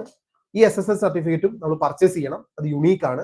നമ്മൾ ഡൊമൈൻ നെയിം കൊടുത്തിട്ട് പർച്ചേസ് ചെയ്യേണ്ടതാണ്. ഇതിനും പറഞ്ഞ പോലെ ഡൊമൈൻ പ്രൊവൈഡേഴ്സ് ആണ് നമ്മളെ ഹെൽപ്പ് ചെയ്യുന്നത്. ഇവിടെ നിങ്ങൾക്ക് ഫ്രീ സർട്ടിഫിക്കറ്റും കിട്ടും. ലെറ്റ്സ് എൻക്രിപ്റ്റ്, പിന്നെ അതുപോലെ bypass go SSL, Cloudflare origin certificate ഒക്കെ ഫ്രീ ആയിട്ട് നമുക്ക് കിട്ടുന്നതാണ്. ഇപ്പം ആക്ച്വലി പണ്ടായിരുന്നു SSL സർട്ടിഫിക്കറ്റ്, അതേ ഫംഗ്ഷൻ ഇപ്പോൾ TLS ആണ് നോക്കുന്നത്. പക്ഷേ പണ്ടും ഇപ്പോഴും നമ്മൾ അതിനെ SSL സർട്ടിഫിക്കറ്റ് തന്നെയാണ് പറയുന്നത്. ആക്ച്വലി ഇപ്പോൾ ഉള്ളത് TLS സർട്ടിഫിക്കറ്റ് ആണ്. മോഡേൺ വേർഷൻ ആണ് TLS. കുറച്ചുകൂടെ അതിന്റെ സെക്യൂരിറ്റി കാര്യങ്ങളൊക്കെ കൂടുതലാണ്. ഇതിൽ റൂട്ട് സർട്ടിഫിക്കറ്റ് ഉണ്ട്, ഇന്റർമീഡിയറ്റ് സർട്ടിഫിക്കറ്റ് ഉണ്ട്, എൻഡ് എൻറ്റിറ്റി സർട്ടിഫിക്കറ്റ് ഉണ്ട്. എൻഡ് എൻറ്റിറ്റി സർട്ടിഫിക്കറ്റ് ആണ് നമ്മൾ ഇപ്പോൾ ഇവിടെ ക്ലിക്ക് ചെയ്ത് കഴിഞ്ഞാൽ കാണാൻ പറ്റുക. റൂട്ട് സർട്ടിഫിക്കറ്റ് നമ്മൾ മെഷീനകത്തൊക്കെ സർട്ടിഫിക്കറ്റിന്റെ ഒരു സർവീസ് റൺ ചെയ്യുന്നുണ്ട്. അതിനകത്ത് കയറി കഴിഞ്ഞാൽ നിങ്ങൾക്ക് കാണാൻ പറ്റും ഒരുപാട് സർട്ടിഫിക്കറ്റ് അവിടെ ഡിവൈഡ് ആയിരിക്കും. ഗോഡാഡി പോലുള്ള പല സൈറ്റിന്റെയും അതിനകത്ത് R3 ഒക്കെ ഉണ്ട്. R3 ആണ് ലെറ്റ്സ് എൻക്രിപ്റ്റ് റൂട്ട് സർട്ടിഫിക്കറ്റ്. ഇതൊക്കെ നമ്മൾ മെഷീനകത്ത് നിന്ന് നമുക്ക് കാണാൻ പറ്റും. ബ്രൗസറിനകത്തൊക്കെ ഇത് കണക്റ്റഡ് ആണ്. ഓക്കെ. ദെൻ നാറ്റിങ്. നാറ്റ് നമ്മൾ നേരത്തെ പറഞ്ഞു, എന്ത് പ്രൈവറ്റ് IP നെ പബ്ലിക് IP ആയിട്ട് കണക്ട് ചെയ്തിട്ട് നമുക്ക് ഇന്റർനെറ്റ് യൂസ് ചെയ്യാന്ന് പറഞ്ഞു. അതിനു വേണ്ടി ഉപയോഗിക്കുന്ന സർവീസ് ആണെന്ത് NAT, network address translation. So private IP to public IP, public IP to private IP conversion ചെയ്യാൻ പറ്റുന്ന ഒരു സർവീസ് ആണ് നാറ്റ്. പ്രൈവറ്റ് ടു പ്രൈവറ്റും നാറ്റ് വഴി കൺവേർട്ട് ചെയ്യാൻ പറ്റും. ഈ ഒരു കൺസെപ്റ്റ് മാത്രമല്ല, നാറ്റിന് ഒരുപാട് ആപ്ലിക്കേഷൻസ് ഉണ്ട്. നമുക്ക് എന്ത് ചെയ്യാം, പോർട്ട് ഫോർവേഡിങ് നമ്മൾ എല്ലാവരും ചെയ്തിട്ടുണ്ടാവും. ഒരു മെഷീനകത്തുള്ള പോർട്ട് നമ്മൾ പുറത്തേക്ക് ഫോർവേഡ് ചെയ്ത് കൊടുക്കാറുണ്ട്. ഈ പോർട്ട് ഫോർവേഡിങ്ങും നാറ്റിന്റെ കൺസെപ്റ്റ് ആണ്. അത് ആക്ച്വലി ഇൻബൗണ്ട് നാറ്റ് ആണ്, DNAT എന്ന് പറയും, പോർട്ട് ഫോർവേഡിങ്. അപ്പോൾ ഇത് കുറച്ചുകൂടെ വലിയ കൺസെപ്റ്റ് ആണ്. ഞാൻ പറയും നാറ്റൊക്കെ ശരിക്കും നമുക്ക് ഒരു ദിവസത്തെ ക്ലാസ് തന്നെ എടുക്കേണ്ടി വരും ചിലപ്പോൾ മൊത്തം കവർ ചെയ്യണമെങ്കിൽ. അത്രയും വലിയ ടോപ്പിക്കാണ്, അത്രയും ഇൻഡെപ്ത് ടോപ്പിക്കാണ്. Then last and least active directory. Centralised management എന്ന് പറയുന്നത് ഫസ്റ്റ് നമ്മൾ സ്റ്റാർട്ട് ചെയ്യുമ്പോൾ പറഞ്ഞിരുന്നു, നിങ്ങൾ ഒരു യൂസറെ വെച്ചിട്ട് നിങ്ങൾക്ക് എന്ത് ചെയ്യാം, എല്ലാ മെഷീനിലും ലോഗിൻ ചെയ്യാൻ പറ്റും എന്ന് പറഞ്ഞു. ഇത് പോസിബിൾ ആക്കുന്ന സർവീസാണ് ആക്റ്റീവ് ഡയറക്ടറി. ഇതിന് തന്നെ cloud version on prem version ഉണ്ട്. ഓൺ പ്രം വേർഷനെ ആക്റ്റീവ് ഡയറക്ടറി എന്ന് പറയും. ക്ലൗഡ് വേർഷനെ മൈക്രോസോഫ്റ്റിന്റെ ക്ലൗഡ് വേർഷനാണ് Entra ID. അത് ജസ്റ്റ് ഒരു എക്സാമ്പിൾ ഒരു സാധനം ഇവിടെ ഇട്ടെന്ന് മാത്രമേ ഉള്ളൂ. ഇതേപോലെ ഒരുപാട് പ്രൊവൈഡേഴ്സ് ഉണ്ട്, പുറത്തല്ലാതെയും ഉണ്ട്, തേർഡ് പാർട്ടി ഒക്കെ ആയിട്ട് ഒരുപാടുണ്ട്. മോസ്റ്റ് കോമൺലി യൂസ് ചെയ്യുന്ന ഒരു സർവീസ് ആണ് എന്ത് മൈക്രോസോഫ്റ്റിന്റെ. അതുകൊണ്ട് അതിവിടെ ചെയ്തു എന്ന് മാത്രമേ ഉള്ളൂ. ഇങ്ങനെ നമ്മൾ സെൻട്രൽ മാനേജ് ചെയ്യുമ്പോൾ നമുക്ക് കിട്ടുന്ന ഒരു ബെനിഫിറ്റ് ആണെന്ത് സിംഗിൾ സൈൻ ഓൺ. നിങ്ങൾക്ക് ഒരു യൂസർ മതി എവിടെയും സൈൻ ഇൻ ചെയ്യാം. മെഷീനകത്ത് കയറാം, നിങ്ങളെ മെയിൽ ലോഗിൻ ചെയ്യാം, എന്തെങ്കിലും സർവീസ് ഹോസ്റ്റ് ചെയ്തിട്ടുണ്ടെങ്കിൽ അത് ചെയ്യാൻ പറ്റും. ഫയൽ ഷെയറിങ് നിങ്ങൾക്ക് ഒരൊറ്റ ലോഗിൻ വെച്ച് എല്ലാ കാര്യങ്ങളും പോസിബിൾ ആവും. ഇത് സെർവർ ക്ലയന്റ് ആർക്കിടെക്ചർ ആണ്. ഒരു സെർവർ ഉണ്ടാവും, ഹോസ്റ്റഡ് ആയിരിക്കും, ക്ലയന്റ് ആർക്കിടെക്ചർ ആണ്. ജസ്റ്റ് വെച്ചെന്ന് മാത്രം. ഇതൊരു ഇൻട്രസ്റ്റിംഗ് ടോപ്പിക് ആണ്. ആക്ച്വലി നിങ്ങൾ ആരെങ്കിലും എപ്പോഴും ശ്രദ്ധിച്ചിട്ടുണ്ടോ, നമ്മൾ 100 Mbps കണക്ഷൻ എടുത്തു കഴിഞ്ഞാൽ നമുക്ക് ഒരിക്കലും ആ സ്പീഡ് കിട്ടില്ല. അത് ബിറ്റ് ബൈറ്റ് കൺവേർഷന്റെ ഒരു ചെറിയ ഡിഫറൻസ് ആണ്. മേ ബി നമുക്ക് ഒരു അടുത്ത ടോപ്പിക്കിൽ അത് ഡിസ്കസ് ചെയ്യാൻ തോന്നുന്നു. അല്ലെങ്കിൽ നമ്മൾ ബേസിക് കമാൻഡ്സ് സ്കിപ്പ് ചെയ്യേണ്ടി വരും. സോ ബേസിക്കലി നിങ്ങൾക്ക് ഒരു 4-5 കമാൻഡ്സ് നമുക്ക് കുറച്ചുകൂടെ ഈ നെറ്റ്വർക്കിംഗ് ഫീൽഡിൽ നിങ്ങൾക്ക് ട്രബിൾ ഷൂട്ട് ചെയ്യുമ്പോൾ ഉപകാരപ്പെടും. പിങ് ഒരു കമാൻഡാണ്. അപ്പൊ നമുക്കൊരു മെഷീനകത്തേക്ക് കമ്മ്യൂണിക്കേഷൻ നിങ്ങളെ മെഷീനകത്ത് ഒന്ന് വേറൊരു മെഷീനകത്തേക്ക് ഉണ്ടോ എന്ന് ചെക്ക് ചെയ്യാൻ ഉപയോഗിക്കുന്ന കമാൻഡാണ് പിങ്. ഇപ്പോൾ 192.168.10.1 എന്ന് പറയുന്നതാണ് എന്റെ സെർവർ എങ്കിൽ എന്റെ മെഷീനകത്ത് നിന്ന് എനിക്ക് പിങ് ചെയ്ത് നോക്കാം. പിങ് സ്പേസ് 192.168.10.1 എന്ന് പറഞ്ഞാൽ പാക്കറ്റുകൾ റിസീവ് ചെയ്തിട്ടുണ്ടെങ്കിൽ അതിന് കറക്റ്റ് TLS അത് വെച്ചിട്ടുള്ള റെസ്പോൺസ് നിങ്ങൾക്ക് കാണാം. ഇല്ലെങ്കിൽ പാക്കറ്റുകൾ എക്സ്പയർ ആയതുകൊണ്ടുള്ള ഒരു വാർണിംഗ് ആയിരിക്കും കാണുന്നത്. അപ്പൊ ഈ ഒരു രീതിയിൽ നമുക്ക് എന്ത് ചെയ്യാം, കമ്മ്യൂണിക്കേഷൻ ചെക്ക് ചെയ്യാൻ പറ്റും. പിന്നെ ട്രേസേർട്ട് എന്ന് പറഞ്ഞ കമാൻഡ്, ട്രേസ് RT അല്ലെങ്കിൽ ട്രേസ് റൂട്ട്. ട്രേസ് റൂട്ട് ലിനക്സിലാണ്, ട്രേസ് RT വിൻഡോസിലാണ്. ഇത് വെച്ച് നമുക്ക് എങ്ങനെയാണ് ഒരു പാക്കറ്റ് നിങ്ങൾ ഒരു മെഷീനകത്തേക്ക് കമ്മ്യൂണിക്കേറ്റ് ചെയ്യുമ്പോൾ അത് ഏത് പാത്ത് വഴിയാണ് കയറി പോകുന്നത് നിങ്ങൾക്ക് കൃത്യമായിട്ട് കാണാൻ പറ്റും. ഇപ്പൊ എനിക്ക് ഞാൻ പറഞ്ഞ പോലെ നേരത്തെ പറഞ്ഞ സെർവറിന്റെ IP-യിലേക്കാണ് എനിക്ക് പാത്ത് നോക്കണമെങ്കിൽ ട്രേസ് RT, വിൻഡോസ് എന്നാണെങ്കിൽ ട്രേസ് RT സ്പേസ് 192.168.10.1 എന്ന് കൊടുക്കുക. അപ്പോൾ നിങ്ങളെ കമ്മ്യൂണിക്കേഷൻ നിങ്ങളെ മെഷീനിൽ എവിടുന്ന് ഇറങ്ങി പോകുന്നു, എവിടേക്ക് കയറി ചെല്ലുന്നുണ്ട്, എന്നിട്ട് ഏത് വഴിയാണ് ആ സെർവറിൽ എത്തുന്നത് കൃത്യമായി ലിസ്റ്റ് ചെയ്തത് കാണിച്ചു തരും.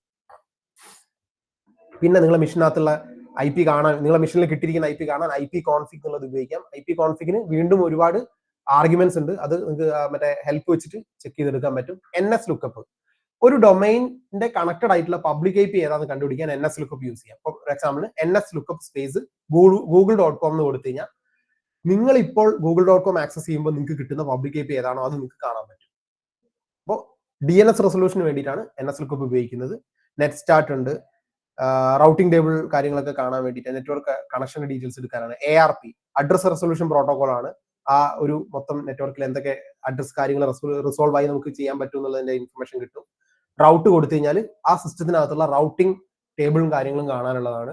അത് നിങ്ങൾക്ക് റൗട്ടുകൾ ഡിഫൈൻ ചെയ്യുകയും ചെയ്യാം. ഇന്ന ഒരു IP ഞാൻ കോൾ ചെയ്യുമ്പോൾ ഈ ഡിഫാൾട്ട് ഗേറ്റ് വേ വഴി പോയിട്ട് ഇവിടേക്ക് എത്തണം നമുക്ക് ഡിഫൈൻ ചെയ്ത് കൊടുക്കാൻ പറ്റും. സ്റ്റാറ്റിക്കലി നമുക്ക് ചെയ്യാൻ പറ്റും. നെക്സ്റ്റ് ഒരു ഇമ്പോർട്ടന്റ് ആയിട്ടുള്ള ഒരു ഓപ്ഷൻ ആണ് എന്ത്, കമാൻഡാണ് ടെൽനെറ്റ്. ടെൽനെറ്റ് എന്ന് പറയുമ്പോൾ എന്റെ മെഷീനകത്തുനിന്ന് എനിക്ക് അവിടെ ഉള്ള ഒരു സർവീസ് ആക്സസ് ചെയ്യണം. ആ സർവീസ് ഞാൻ 443 ഹോസ്റ്റ് ചെയ്തിരിക്കുന്നത്, അല്ലെങ്കിൽ 80 അല്ലെങ്കിൽ 25 ഹോസ്റ്റ് ചെയ്തിരിക്കുന്നത്. അത് അവിടെ ആക്റ്റീവ്ലി റണ്ണിങ് ആണോ, എനിക്ക് അതിലേക്ക് ആക്സസ് ഉണ്ടോ എന്നറിയാൻ ടെൽനെറ്റ് ഉപയോഗിക്കാം. അപ്പോൾ എക്സാമ്പിൾ ഞാൻ നേരത്തെ പറഞ്ഞ സെർവറിനകത്ത് 20 എന്ന് പറയുന്ന കഴിഞ്ഞു എൻ്റെ ആണ് 20 എന്ന് പറയുന്ന ഒരു സർവീസ് ഹോസ്റ്റ് ചെയ്തിട്ടുണ്ടെങ്കിൽ ടെൽനെറ്റ് സ്പേസ് 192.168.10.1 സ്പേസ് 22 എന്ന് അടിച്ചു കഴിഞ്ഞാൽ ആ സർവീസ് അവിടെ അപ്പാണ്. എനിക്കത് ആക്സസിബിൾ ആണെങ്കിൽ എന്ത് ചെയ്യും, നിങ്ങൾക്കൊരു ഗ്രീൻ ഓക്കെ ഇത് കിട്ടും. അതുവഴി നിങ്ങൾക്കത് കണ്ടുപിടിക്കാം, ഐ മീൻ അതിന്റെ ആക്സസിബിലിറ്റി ചെക്ക് ചെയ്യാൻ പറ്റും. Okay, so any questions? ഇത്രയാണ് ടോപ്പിക്കുകളുള്ളത്. ഇതിൽ ലാസ്റ്റ് പാർട്ട് ഞാൻ പറഞ്ഞ ഗുഡ് ടു നോയിൽ ആഡ് ചെയ്തതാണ്. അതിൽ ഇനി ഒരുപാട് ആ കാര്യം വലിയൊരു ഒരു ഓഷ്യൻ ആണ് ഈ നെറ്റ്വർക്കിംഗ്. സോ അവിടെ നമ്മളൊരു സൈഡ് മാത്രമേ നോക്കിയിട്ടുള്ളൂ. Hari, sorry to interfere. അതായത് കൃത്യം 1 മിനിറ്റിൽ ഈ കോൾ ഉണ്ടാവും, കാരണം നമ്മൾ ഇത്തിരി നേരത്തെ തുടങ്ങിയിരുന്നല്ലോ. 2 മിനിറ്റ് നേരത്തെ തുടങ്ങിയിരുന്നു, അപ്പോൾ 1 മിനിറ്റിൽ ഉണ്ടാവും. സോ നമുക്ക് വൈൻഡപ്പ് ചെയ്യണം. So thank you Hari. Interest of time എനിക്ക് കൂടുതൽ സംസാരിക്കാൻ പറ്റില്ല. നമുക്ക് എന്തെങ്കിലും ഇന്നൊരു നെറ്റ്വർക്ക് ഫണ്ടമെന്റൽസിന്റെ ഒരു സെഷനാണ് ഹരി എടുത്തത്. ആദ്യമായിട്ടാണ് ഡവോസ് മലയാളത്തിൽ ഹരിപ്രസാദ് ഒരു സെഷൻ എടുക്കുന്നത്. So on behalf of the entire audience and organizing team, big thanks. Okay, എല്ലാവരോടും നമ്മൾ കുറച്ച് ഒരു ഇടവേളയ്ക്ക് ശേഷമാണ് ഓൺലൈൻ സെഷൻസ് ആയിട്ട് തിരിച്ചു വരുന്നത്. ഇനി കുറച്ചുകൂടി റെഗുലർ ആയിട്ടുണ്ടാവും. നമ്മുടെ DMCon ഒക്കെ ആയിട്ട് നമ്മളെല്ലാവരും തിരക്കിലായിരുന്നു, പക്ഷേ ഇനി അങ്ങോട്ട് കുറച്ചുകൂടി റെഗുലർ ആയിട്ട് ഓൺലൈൻ സെഷൻസ് ഉണ്ടാവും. അപ്പോൾ